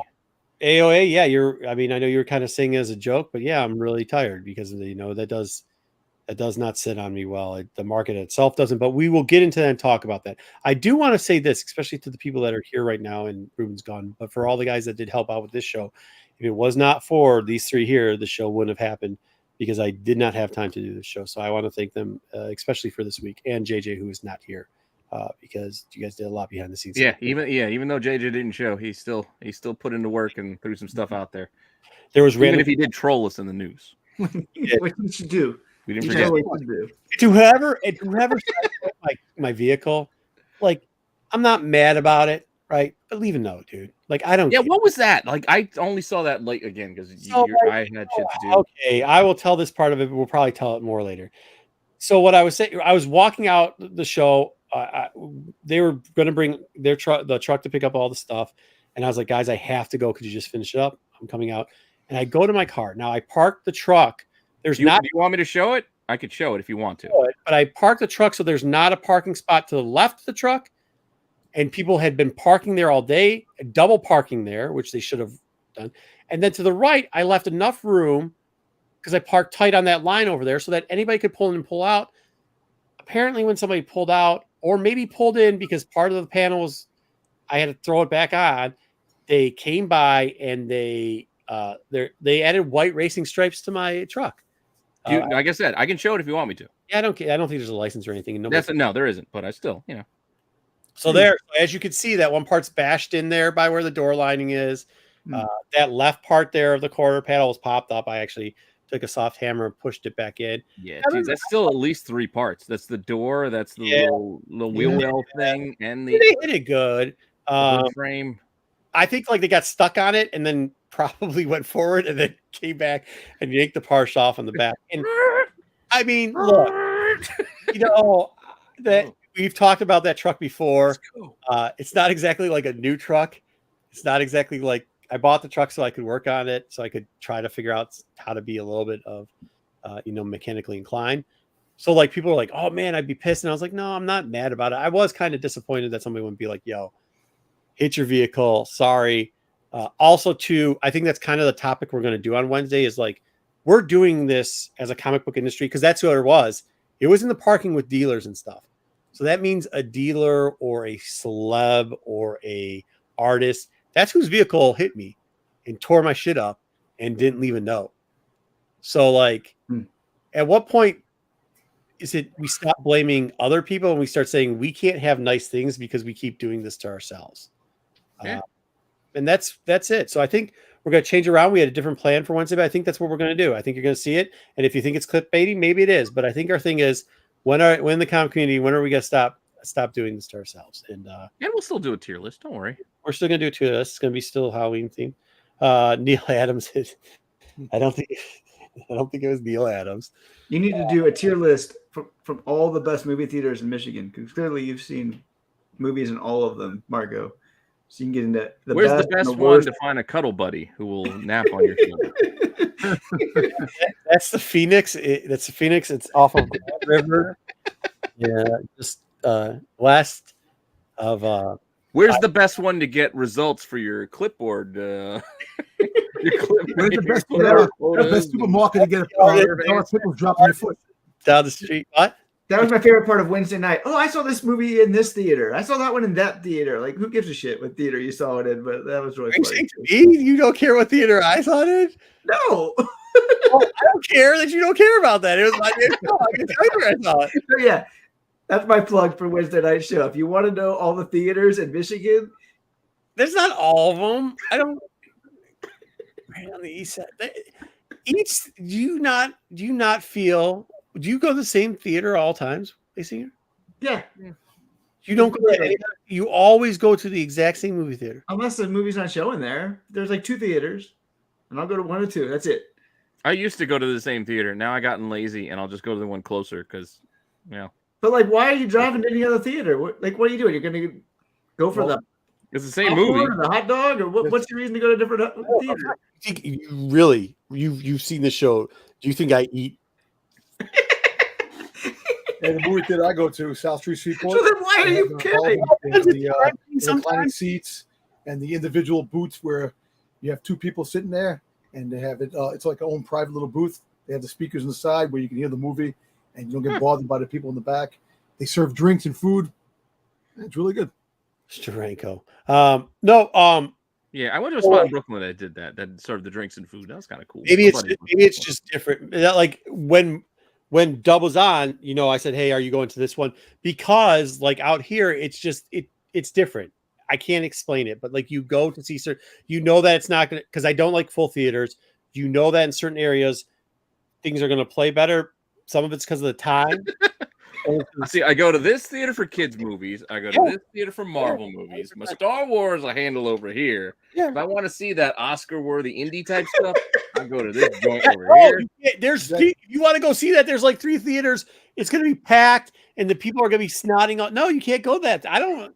I hear you. I know what you're saying, and to a degree, I don't know what you're saying. No. It's because Wayseeker loves the little kid, and everybody's a special snowflake. I get it, but that's not me. I don't care. I don't want to talk to people. I want to be able to do my little interviews. But you have people sleeping on you. Yeah, but he doesn't mind. If you want to take a nap, I'm just. Yeah, well, I mean, okay. what was I gonna do? That young older lady, like she just fell asleep. She probably was What does working. that mean? Young older lady? No, I'm confused. She's not that old. But she's young older lady. Was she older than you or younger than you? She's older than me. And this is the thing. Like that one, of course, is by the bus stop. So like I am assuming, but I would figure maybe she finished working and they went on a date after they finished working. She was tired. I'm not going to wake her up. Like, that's okay. I do have a weird assumption to make. But no, I actually know for a fact. I'm not assuming. Because of the conversation you had after. Yeah. So but that's what I'm saying. Like, I don't. So, but that theater is a little bit more chill. Like, it's random as shit, but it's a little bit more chill. So I go there then. But then, like with Sean, who's in the chat, like I will say this: if the lady who took a nap on you is watching the channel, I will give her a slab. If she can prove that that's the person, I will give her a free slab. No, not her. No. I said with Sean, who was commenting earlier. So, like when I go to watch with him, there's a theater that they like to go watch at, so we go watch at that theater. It's like a midway point between like a bunch of us friends. So like, that's different. Yeah, if you want to meet up with other people, yeah, it makes sense. Like theater over here that's like really close, but it's artisan theater, so they don't have everything. And then there's one that's like, it just that's why Wayseeker. I'm busting your balls. I get it to a degree. Because there was times where there were different theaters where I would go to. Well, if I want to see the fancy schmancy, the Oscar things that nobody wants to go see. Yeah, this is the theater I got to go to because they're the only one showing that shit. Unless I want to go into Philly, which I don't want to pay a fucking bridge toll to go do that. Well, this is the theater I got to go to. So where I live is really weird. Like there's so many different communities that like there is one where they show the artsy fartsy stuff, but it will be packed and you can't because they're all I'm not going to watch that shit there. Like I'd rather go watch it where there's like 3 people in a theater. That's my goal, is least amount of people in a theater at all points. That's why I do things like take time off of work and go to matinees. I'm taking a half day. I'm going to the movies because nobody's going to go. Me and the old people will go and see the movie in the middle of the day. I don't get a check if it work. So like I can't just be like, hey, what I do. A check. Like I have to work. So I can't just take off middle days to go watch things. No, that's why I do it. That's why Wayseeker, if you want to know, that's why, because I go to different theaters because I'm just saying, if she wants to fact check Marco's story about her, she's like, motherfucker, we weren't on a date. I wasn't working. No, they were definitely on a. I want to go to the movie. Right, they might not. No, I'll be honest. They might not have been on a date. I think they were on a date, and she definitely had mentioned she had just gotten off of work. So, wait, so she was on a date and she fell asleep on her on you with her date next to her. Well, that's the thing. It could have been the dude thought it was a date. She was just like, all right, we'll just go check out this movie after work. He thought it was a date. She didn't think it was a date. You don't want to get into the intricacies of their relationship. Guys, this is like a first date. How do you know? You're just like assuming so much of the story. I'm just not telling their whole life. These 2 people were very familiar with each other. They were very familiar with each other. Fuck buddies. No, you guys are making all this up. It's not anything I'm saying. It's not what I was. It's Jesus. No. I know. I'm just entertaining myself. Both of them and the third guy. There was a third guy there too, by the way. Oh, it's a polyamorous thing then. Oh, he was the one guy's buddy. She actually made a comment about that we can't go on a date without the one guy's buddy always going too, and he's got to say something about it. So it can't be the first date. It can't be the first date if she's making a joke about them always going on a date with the buddy. I said it's not the first date. That's what. Thank you. I'm saying it's not. I say they're familiar with each other because see, you're saying date. I heard you turn around and say we're just friends. What are you talking about? She said that. No. You got this poor lady. This young old lady. This young old lady. It's a young old lady. I'm like, with her man, as she said, her man, who she was familiar with, and even said to the dude, "No, I'm not get up and get popcorn. Why you always gotta be coming on? What is our date night?" Nicely, but joking around, and then proceeded to fall asleep. Which why they sat next to me, I still to this day have no clue. which is Marv's got a point. I think you are an unreliable narrator. making stuff up and then saying I said it. The good thing is this is tape, so yeah. What movie? Which one was the one she fell asleep on? I don't even remember which one that was. I think that might have been Morbius. It was not Morbius. Was it Morbius? All right, then it was. No, it was gosh, was it Spider-Man? Yeah, it might have been Spider-Man. No Way Home. No Way Home. It could have been No Way. It was no. It wasn't. It was Doctor Strange. It was multiverse. Yeah, and you know what? It might have been multiverse. It was something that had because that's where the comment came out about the friend, where she's like, "Look, man, I'm not getting you that. And why do you always got to come here and explain every movie when we're trying to be on a date?" And I said, "I don't have anything to say. I didn't have anything to say. I was not saying anything. I thought it was going to go really south, but then I found out. Was it Batman? No, yes, it was. Was it Batman? Batman. Look at Ryan pulling out the Batman. He was talking about DC, and then yeah. You know what? Now that you said it, I do remember that. Ryan, it was because I was trying to sell. Me and Corbin were trying to sell you on how good Batman was, and you were like, I don't know, man. This young old lady falling asleep on me. Well, I wouldn't tell you that she's working because I was trying to do the bit about like because you told that story because in the next week someone dropped a jar of pickles on your foot. The following week, oh yeah, bringing up old shit, dude. I threw those shoes away. You can't get the smell of pickle juice. Like, how do you? I don't even know. I had to throw the shoes away. How many pairs of shoes did you go through at Motor City? While we're talking about it, let's just talk about shoes at this point. Well, okay. Well, so I had to coach a soccer game too in between it. So technically 5. Were you playing? Did you have to bring your cleats? I coach. I bring your shin pads too. Listen, I didn't bring cleats. I had to coach. And the funny part was then all of a sudden kids like showed up to the con and they're like, Coach Marco. And I was like, hey, what's going on? What do you guys want to do? So I'd take them over poking and thinking everything else. But yeah, no, it was crazy because their parents look at me like I'm a lunatic because they're like, why are you like hanging out at a like you could see that there was like a disconnect. You don't want, man. People will never understand. Yeah. Oh, yeah, it's all right. What's going on, Mike? Yeah, no, so that was it. Yeah. That's cool. And it was 5. I wore 3 I wore gray Pumas, black Pumas, the other gray Pumas, the red, white, and blue Pumas, the Pumas are so comfortable. The orange bottoms. They are, but all my Pumas fell apart. Oh, really? The ravages of time, the fucking soles just die on you. Fall apart, but I'm just saying, but they're comfortable on my feet. I order them like five pairs. The what are they? Yeah. The Californias. I used to love rocking the Californias. Dude, I was at work one day walking around like parts of my soles are falling off while I'm walking around here. Like literally, like pieces of my shoe are falling off. That's why Marco never gets that long because he just puts on and buys a new pair of shoes like every. Okay. First off, I have nice arches in my feet. Therefore, I need to have comfortable shoes. It's from your days in dance. That's what the arches are from. Oh, number 2. You got a good point. The last thing you want to do is get foot pain because then how are you going to do anything?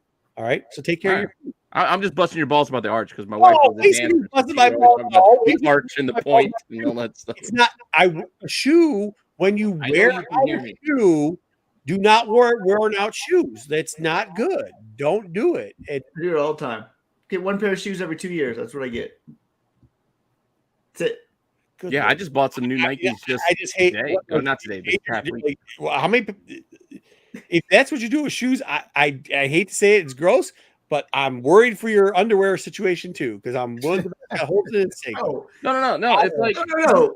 People have with us. They think all these con people walk around with whole stanky underwear. No, like I gotta wear a pair of shoes to go to work. I gotta wear a pair of shoes to go do this. I gotta wear a pair of shoes to go do that. I used to love buying shoes. I got a whole fleet of Nike Dunks because I used to do that.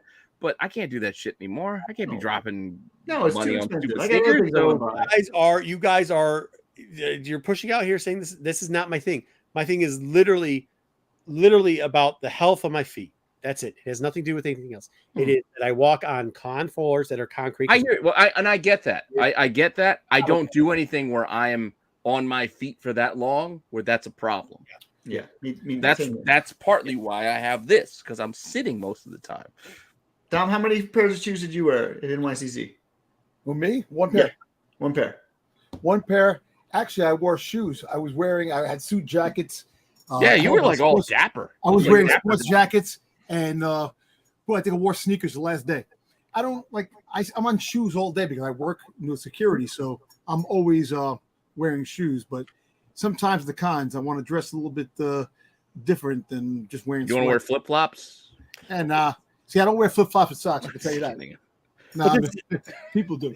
So, like, when you ask about it, because it sounds like I'm some dude that just puts on shoes and then throws them out. That's not why I do rotate the shoes. Is so that I get a longer life out of the shoes instead of just wearing one shoe down and then throwing it out. I believe, and there's no scientific proof of this, but I believe if like I wear it for a couple hours and then rotate it so that because it's all got the air foam in it, and then it seems like they're lasting longer if I rotate them out than if I were just to spend the whole day. But at the same time, you get that nice fresh pair of shoes. They're cool. They don't have like 4 hours worth of foot sweat in them. I get it. It's like, I'm refreshed. A new pair of shoes on.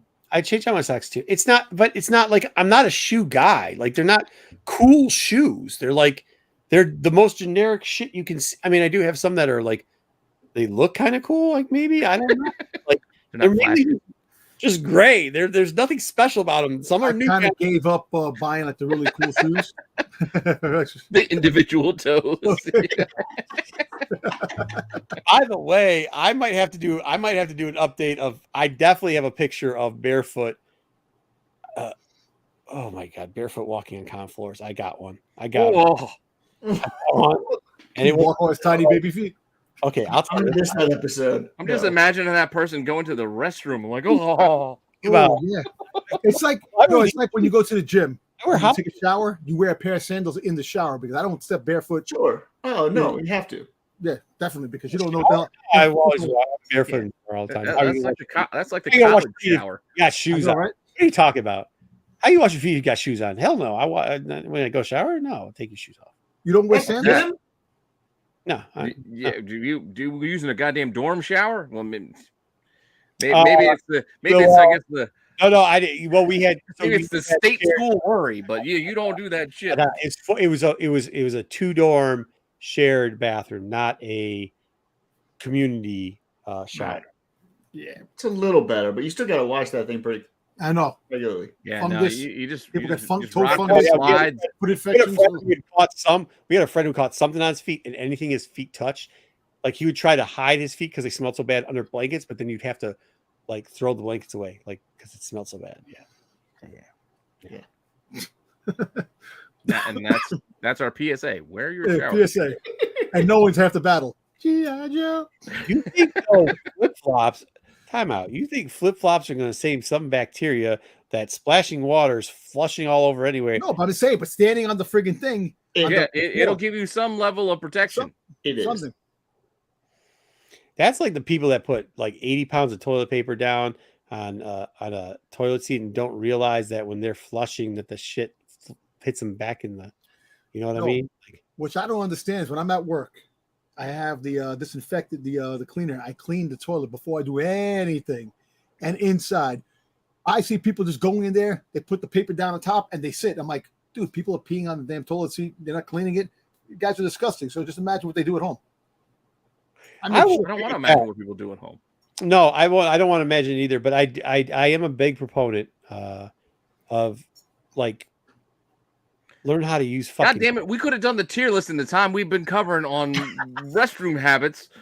Learn how to use and shoe care. We could have been easily done with the tier list for sure. Yeah, people are gross. I know. I'm busting balls, but we are after. Let me ask you this question really quickly. Land your plane. I will finish this, but here, someone took a crap in the soap dispenser in my dog. Oh, the pee-pee dog. All right, what's your question? Let's go. I think I forgot it at this point. No, my question is this. True. And this is something. Not only that, can't hardly wait. Shower shoes, like fungus on my feet. You don't even want to know. Trip McNeely. Why? The one thing I don't understand is like if you're if you're a vendor or an artist or something at a con, like, what is your mindset that the first thing you're going to do when you walk in the doors isn't set up your booth, isn't whatever? You're going to rush to the bathroom and like just unload ungodly. Hey, what do you mean? That's the good thought. You don't have to do that during the con. No, you get it out before the mass public hit that bathroom. You want to christen that shit and get yours out because it's Deuce is wild, baby. Your morning coffee's kicked in. Get that out. Why would you do it at your home or your fucking hotel room or whatever? Because you didn't have time. You had to get out the door to drink your coffee. You're sitting at the shitter there. It's the same amount of fucking. No, what? What do you mean? No, what do you mean the time? Like, I'm saying the time. Like you wake up, you're like, oh shit, I gotta set up at the con. Okay. I gotta go grab my coffee. I'm drinking my coffee. I'm setting up, drinking my coffee.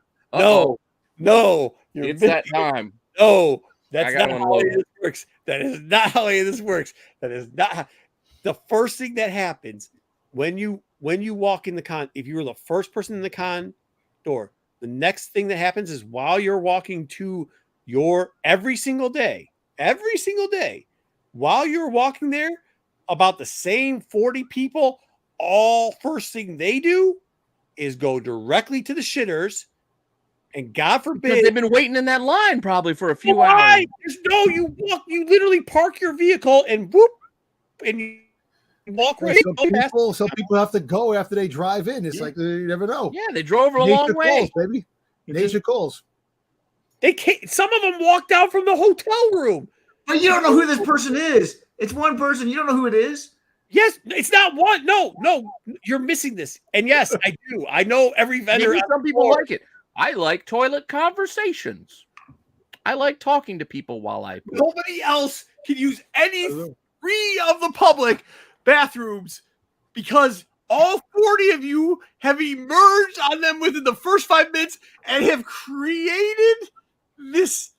I almost pissed my pants because I just an incredible smell you discovered. It was so bad. I didn't even wear a mask the whole thing, but I put a mask on. I went back to the booth, grabbed 3 more masks, and was about to piss myself. You get the poopery. Poopery. You spray it before you go, and then after you go. It's not me. I'm not taking a shit in there. I took one at home before I left. What I'm saying is, like, all these, like, 40 fucking people. And then the next day I was like, shit, yeah, my bad. I'm that one. You should be like a CIA operative and just dump like a fucking Glade thing in there. It's all part of them trying to ruin the industry for you, Marco. It is all connected. How do we get people? You're right. So basically, you're saying they figure if they can make you uncomfortable when you have to go to the bathroom, you might give them a better deal later because you just want to get back to your hotel to take a proper shit. I didn't have what I'm saying is I had to pee. What part do you know pee comes? You know what pee is? Okay, that too. Cool. But my question to you is this. Who's in their right mind goes, yo, bro, you know what? I just got up. I drank my coffee. Cool. We're going to walk down. The fucking hotel has only got 6 floors in it. In the amount of that, you can't tell me every day you're going like, oh shit, I just hit the ground floor button. And oh shit! Maybe they're trying to make one. Maybe they're trying to go over the cycle. They're like, dude, I hit every fucking toilet in this place except the one on the con floor. I can't wait to hit that shit. I'm gonna go thing tomorrow. And then they're like, it's the new TikTok thing, you know? It's probably like TikTok taking a crap in all the bathrooms and all the cons. You know, hitting the shit for sitting on the toilet smiling. It's not. It's don't. Hey, this is not exclusive to the con I was at. This is what I'm saying, man. It's every con. It's a new TikTok phenomenon. It's everyone. You gotta get it more. It's like every con. It's always every con you ever go to. Dude, the con I did last weekend. They literally, the doors had been open for 5 minutes. They had to close down the bathroom because. Hey, did you ever hear about that story? Someone wrecked the toilet within 5 minutes? The bathroom so bad. They destroyed the there was a story. Weekend. There was a story about a plane that had to turn back to the where they were coming from because someone took a shit and it stunk up and they had an emergency landing because that's how bad the shit was coming from the ship. We don't want to say who, but a passenger has we're gonna have to turn back this defecated and contaminated the entire cabin. So we're going to go back to JFK rather than continuing on our flight. I'm sure all of you will appreciate that. We will be handing out free masks for everyone. Don't want to call anybody out, but you in row G5, you stay. The fuck do you eat? What the fuck? Yeah, this is not like it's not a Michigan thing. Ohio. I'm going to Baltimore. Pete. We're going to Baltimore in a couple And that's weeks. the first thing I'm going to do is I'm going to drop a deuce right on the con floor. I'm not even even going to go into the can. I'm going to do it right on the floor. Right in the aisle. And not wear shoes. Like, where's the focus? I'm going to not wear shoes and take a shit right on the floor. Mind numbingness of it. They pass.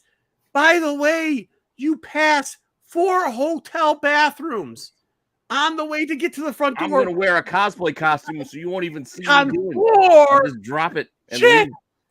No, listen. You got to wear the cosplay. You got to wear the shit emoji and just go in. I thought it was chocolate yogurt for the longest time. I don't know why we're still talking about this. We're going to wrap this up. We've been talking about it. Let's go. We're Wednesday anyways, and Wayseeker's going to flip out because he's like, "What are we doing here? Talking about poops?" All right, let's go on. He's like, "What did I sign up for?" Yeah, he's my cousin from Detroit. Are we cousins, Jerome? I don't know.